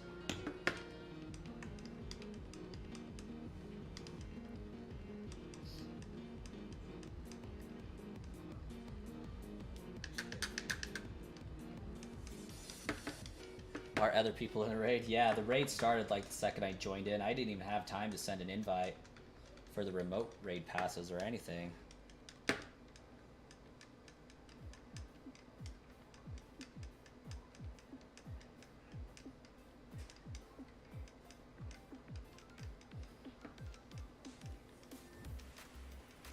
Yeah, I spoof because I live in the middle of nowhere and like to have people to complete raids with. Like, I'm lucky if I get maybe one person to raid with on any given raid.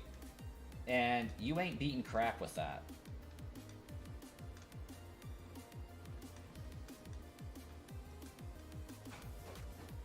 Quinolin, if you use Discord, I am usually readily available on my Discord channel. Definitely encourage people to reach out to me on there because it's a better communication platform than YouTube is by far. Oh yeah, on Pogo, absolutely.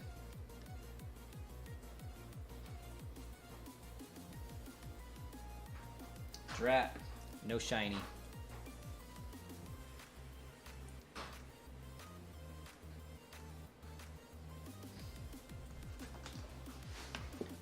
The host declined? Wow. You're using Niantic Campfire for raids and waiting to see if the host lets you in?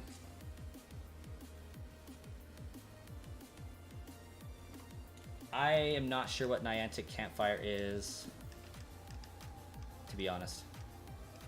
But yeah, as soon as I catch this Tapu Lele, I will definitely accept that friend request.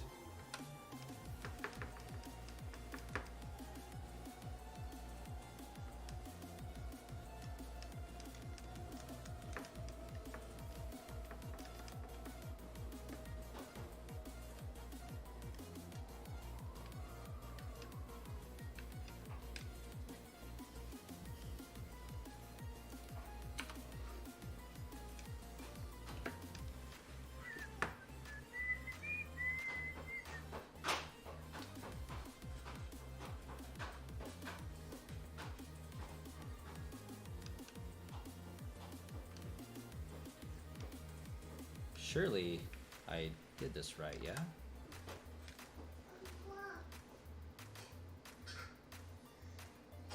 What is a shundo?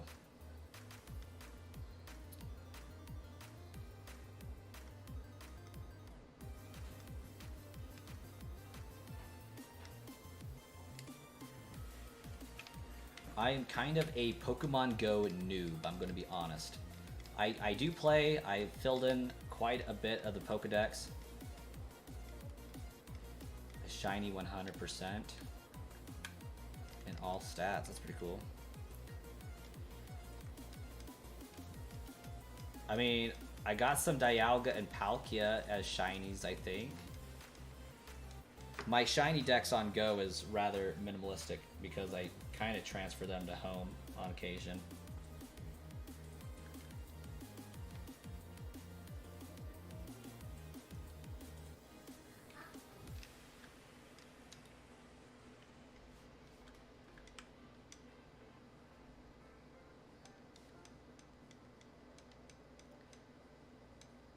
Now this Lele's being a pain.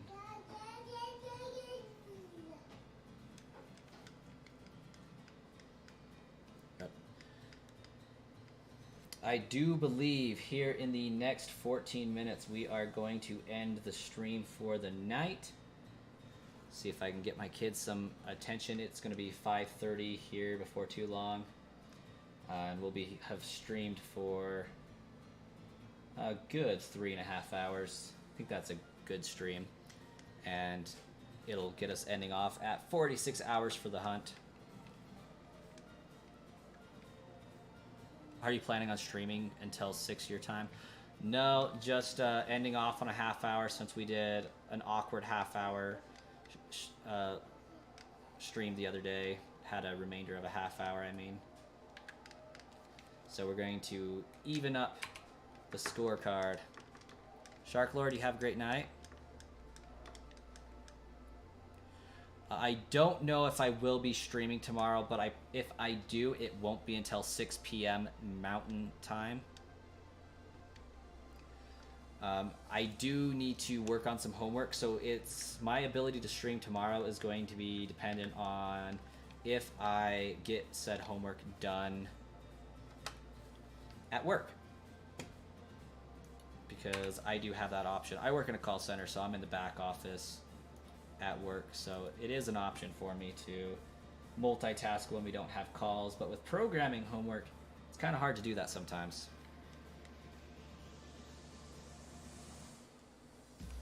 I swear I reset that. Which means we might be in for a 10-minute encounter here.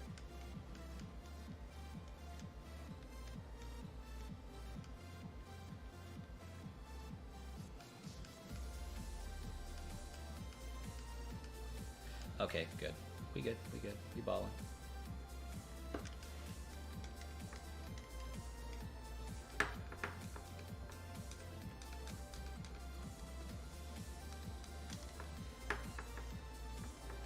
Is there a way to save Spoofly for free? Unfortunately not.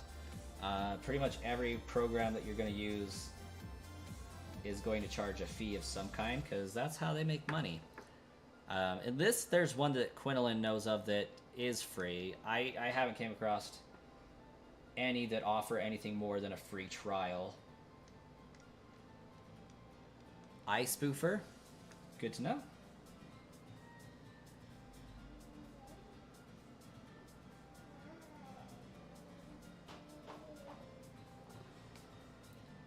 Let's see, we got any more Tapu raids?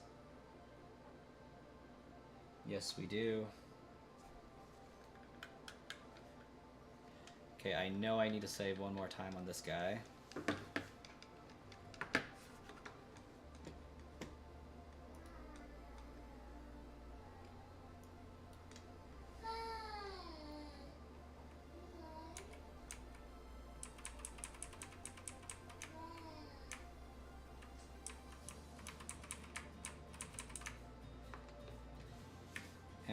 Let's check to see if this one is ready. It is. Perfect. We'll do a reset.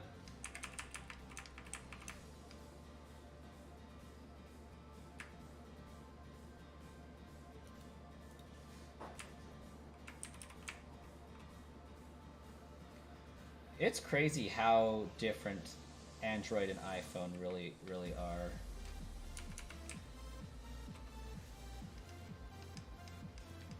You have to do human verification, but just click the link or links and go back to the website when it's done loading, and it will let you download. Oh, okay.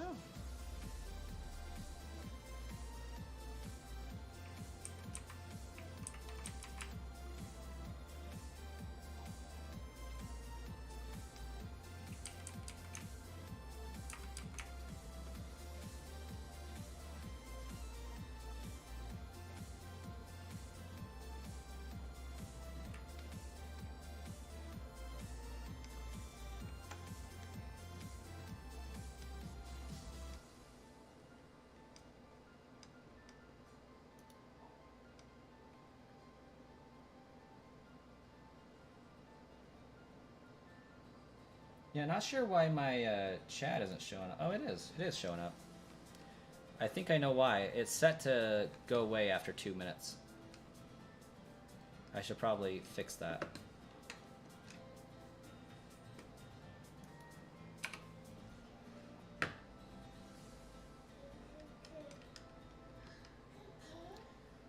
Okay, we did that.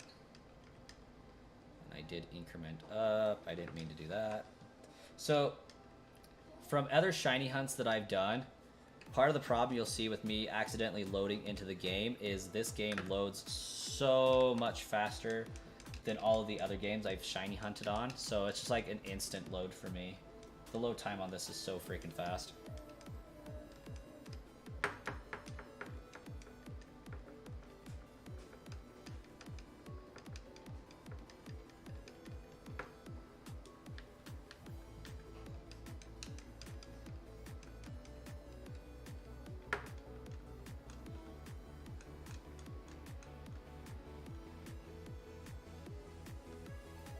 Apparently you can copy and paste your coordinates to a Discord server that tells you where and what the nearest Ditto is. Wow, that's crazy.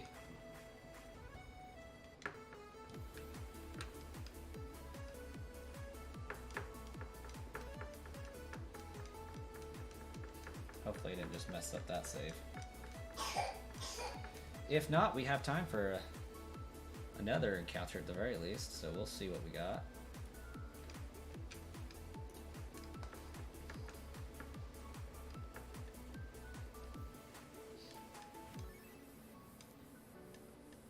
Quinlan, does that work through a PC or does it work through the iPhone itself? Like, is the program on a PC or is it on the iPhone as an app?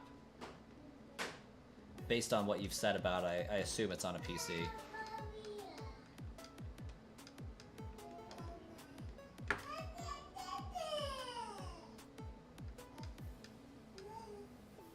Yeah, I have zero luck with Shiny Tapu Lele. Luckily, I needed to defeat 10 raids in order to get a Overquill. Trying to evolve one myself.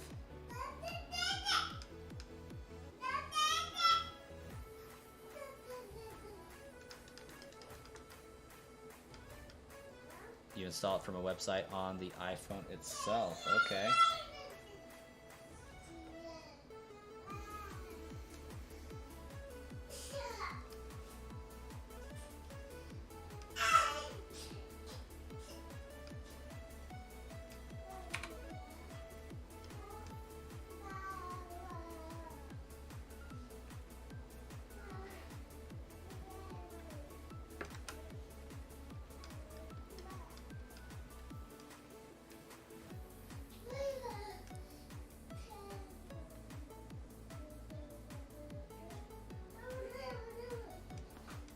Oh, apparently my kid's show ended. Let me go grab him.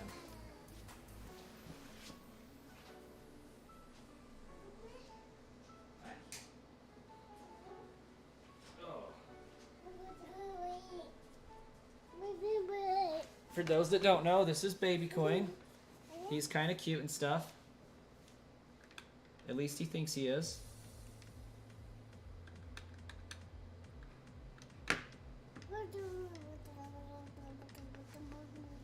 He's trying to learn how to talk, not very succeeding here.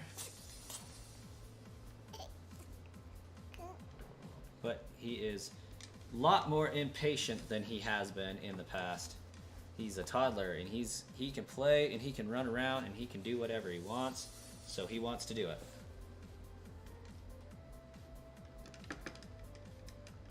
Can you wave? Wave? Not gonna do it? Oh, you're gonna do patty cake instead? What happens after you roll it?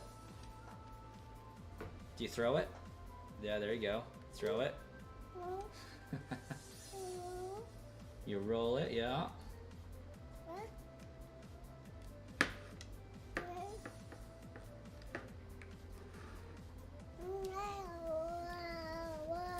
I think that mostly has to do with my wife. I don't think I contributed much to that factor, but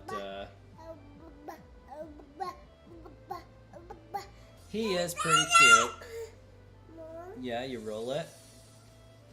What happens after you roll it? Do you throw it? Throw it? There you go.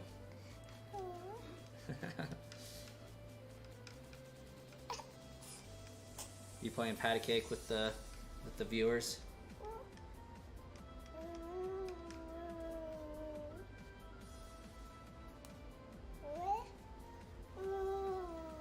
All right, we are going to have time for one more check after this one, I think. Your hair is a wild mess. You got some nap head there going on.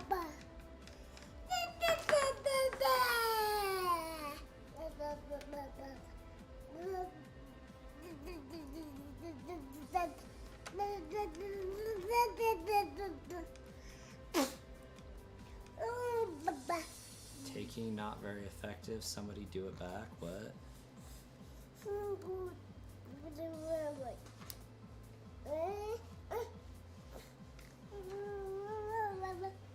goodness. Ooh. Ooh. You are trying your hardest to fall out of my hand. You are trying your hardest to fall out of my hand.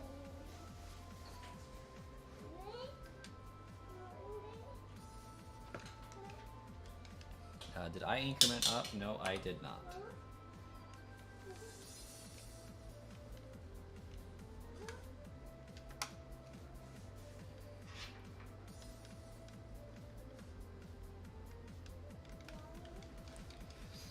One of your friends took your phone? Well, that's not cool.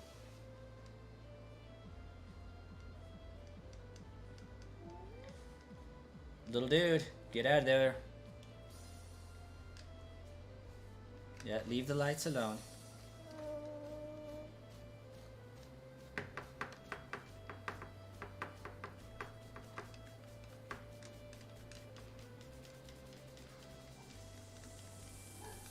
Little dude, come here.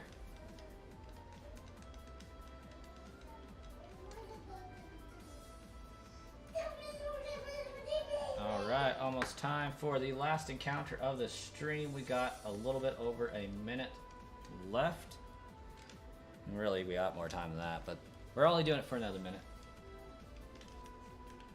We'll see if this last encounter for the night is the one.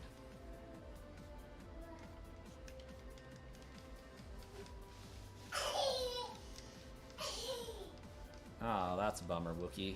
Ah, that's a bummer.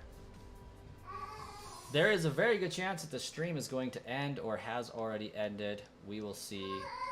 I think my kid just pushed the magic button on the router again. Little dude. Hi.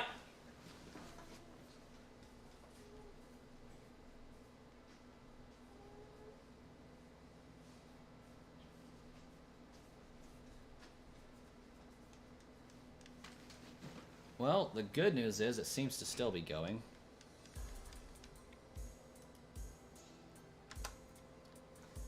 So we'll get that going. Yeah, he was like over by my router. Luckily, I think the remote to the TV was positioned in front of the router. So like he got distracted by that before he reached the router. Interception play performed by the remote. I think it was a good one. And it was not a shiny. We have hit 3 hours, 30 minutes for the stream. We're going to bump the hours encounter, up to 46 hours that we've spent shiny hunting this little red boy here. Thank you guys so much for watching the stream, hanging out, and chatting it up, making this shiny hunt a lot easier to mentally handle. It's greatly appreciated. We came a long way in terms of subscribers. We had like 23 subscribers prop up. We smashed the like goal of 10. Currently chilling at about 20, so thank you guys so much. If you're new to the channel and haven't subscribed yet, please do so. We're closing off the stream. Make sure so you can see the stream next time we pop up on streaming, and it'll get notified and all that. We'll catch you guys later.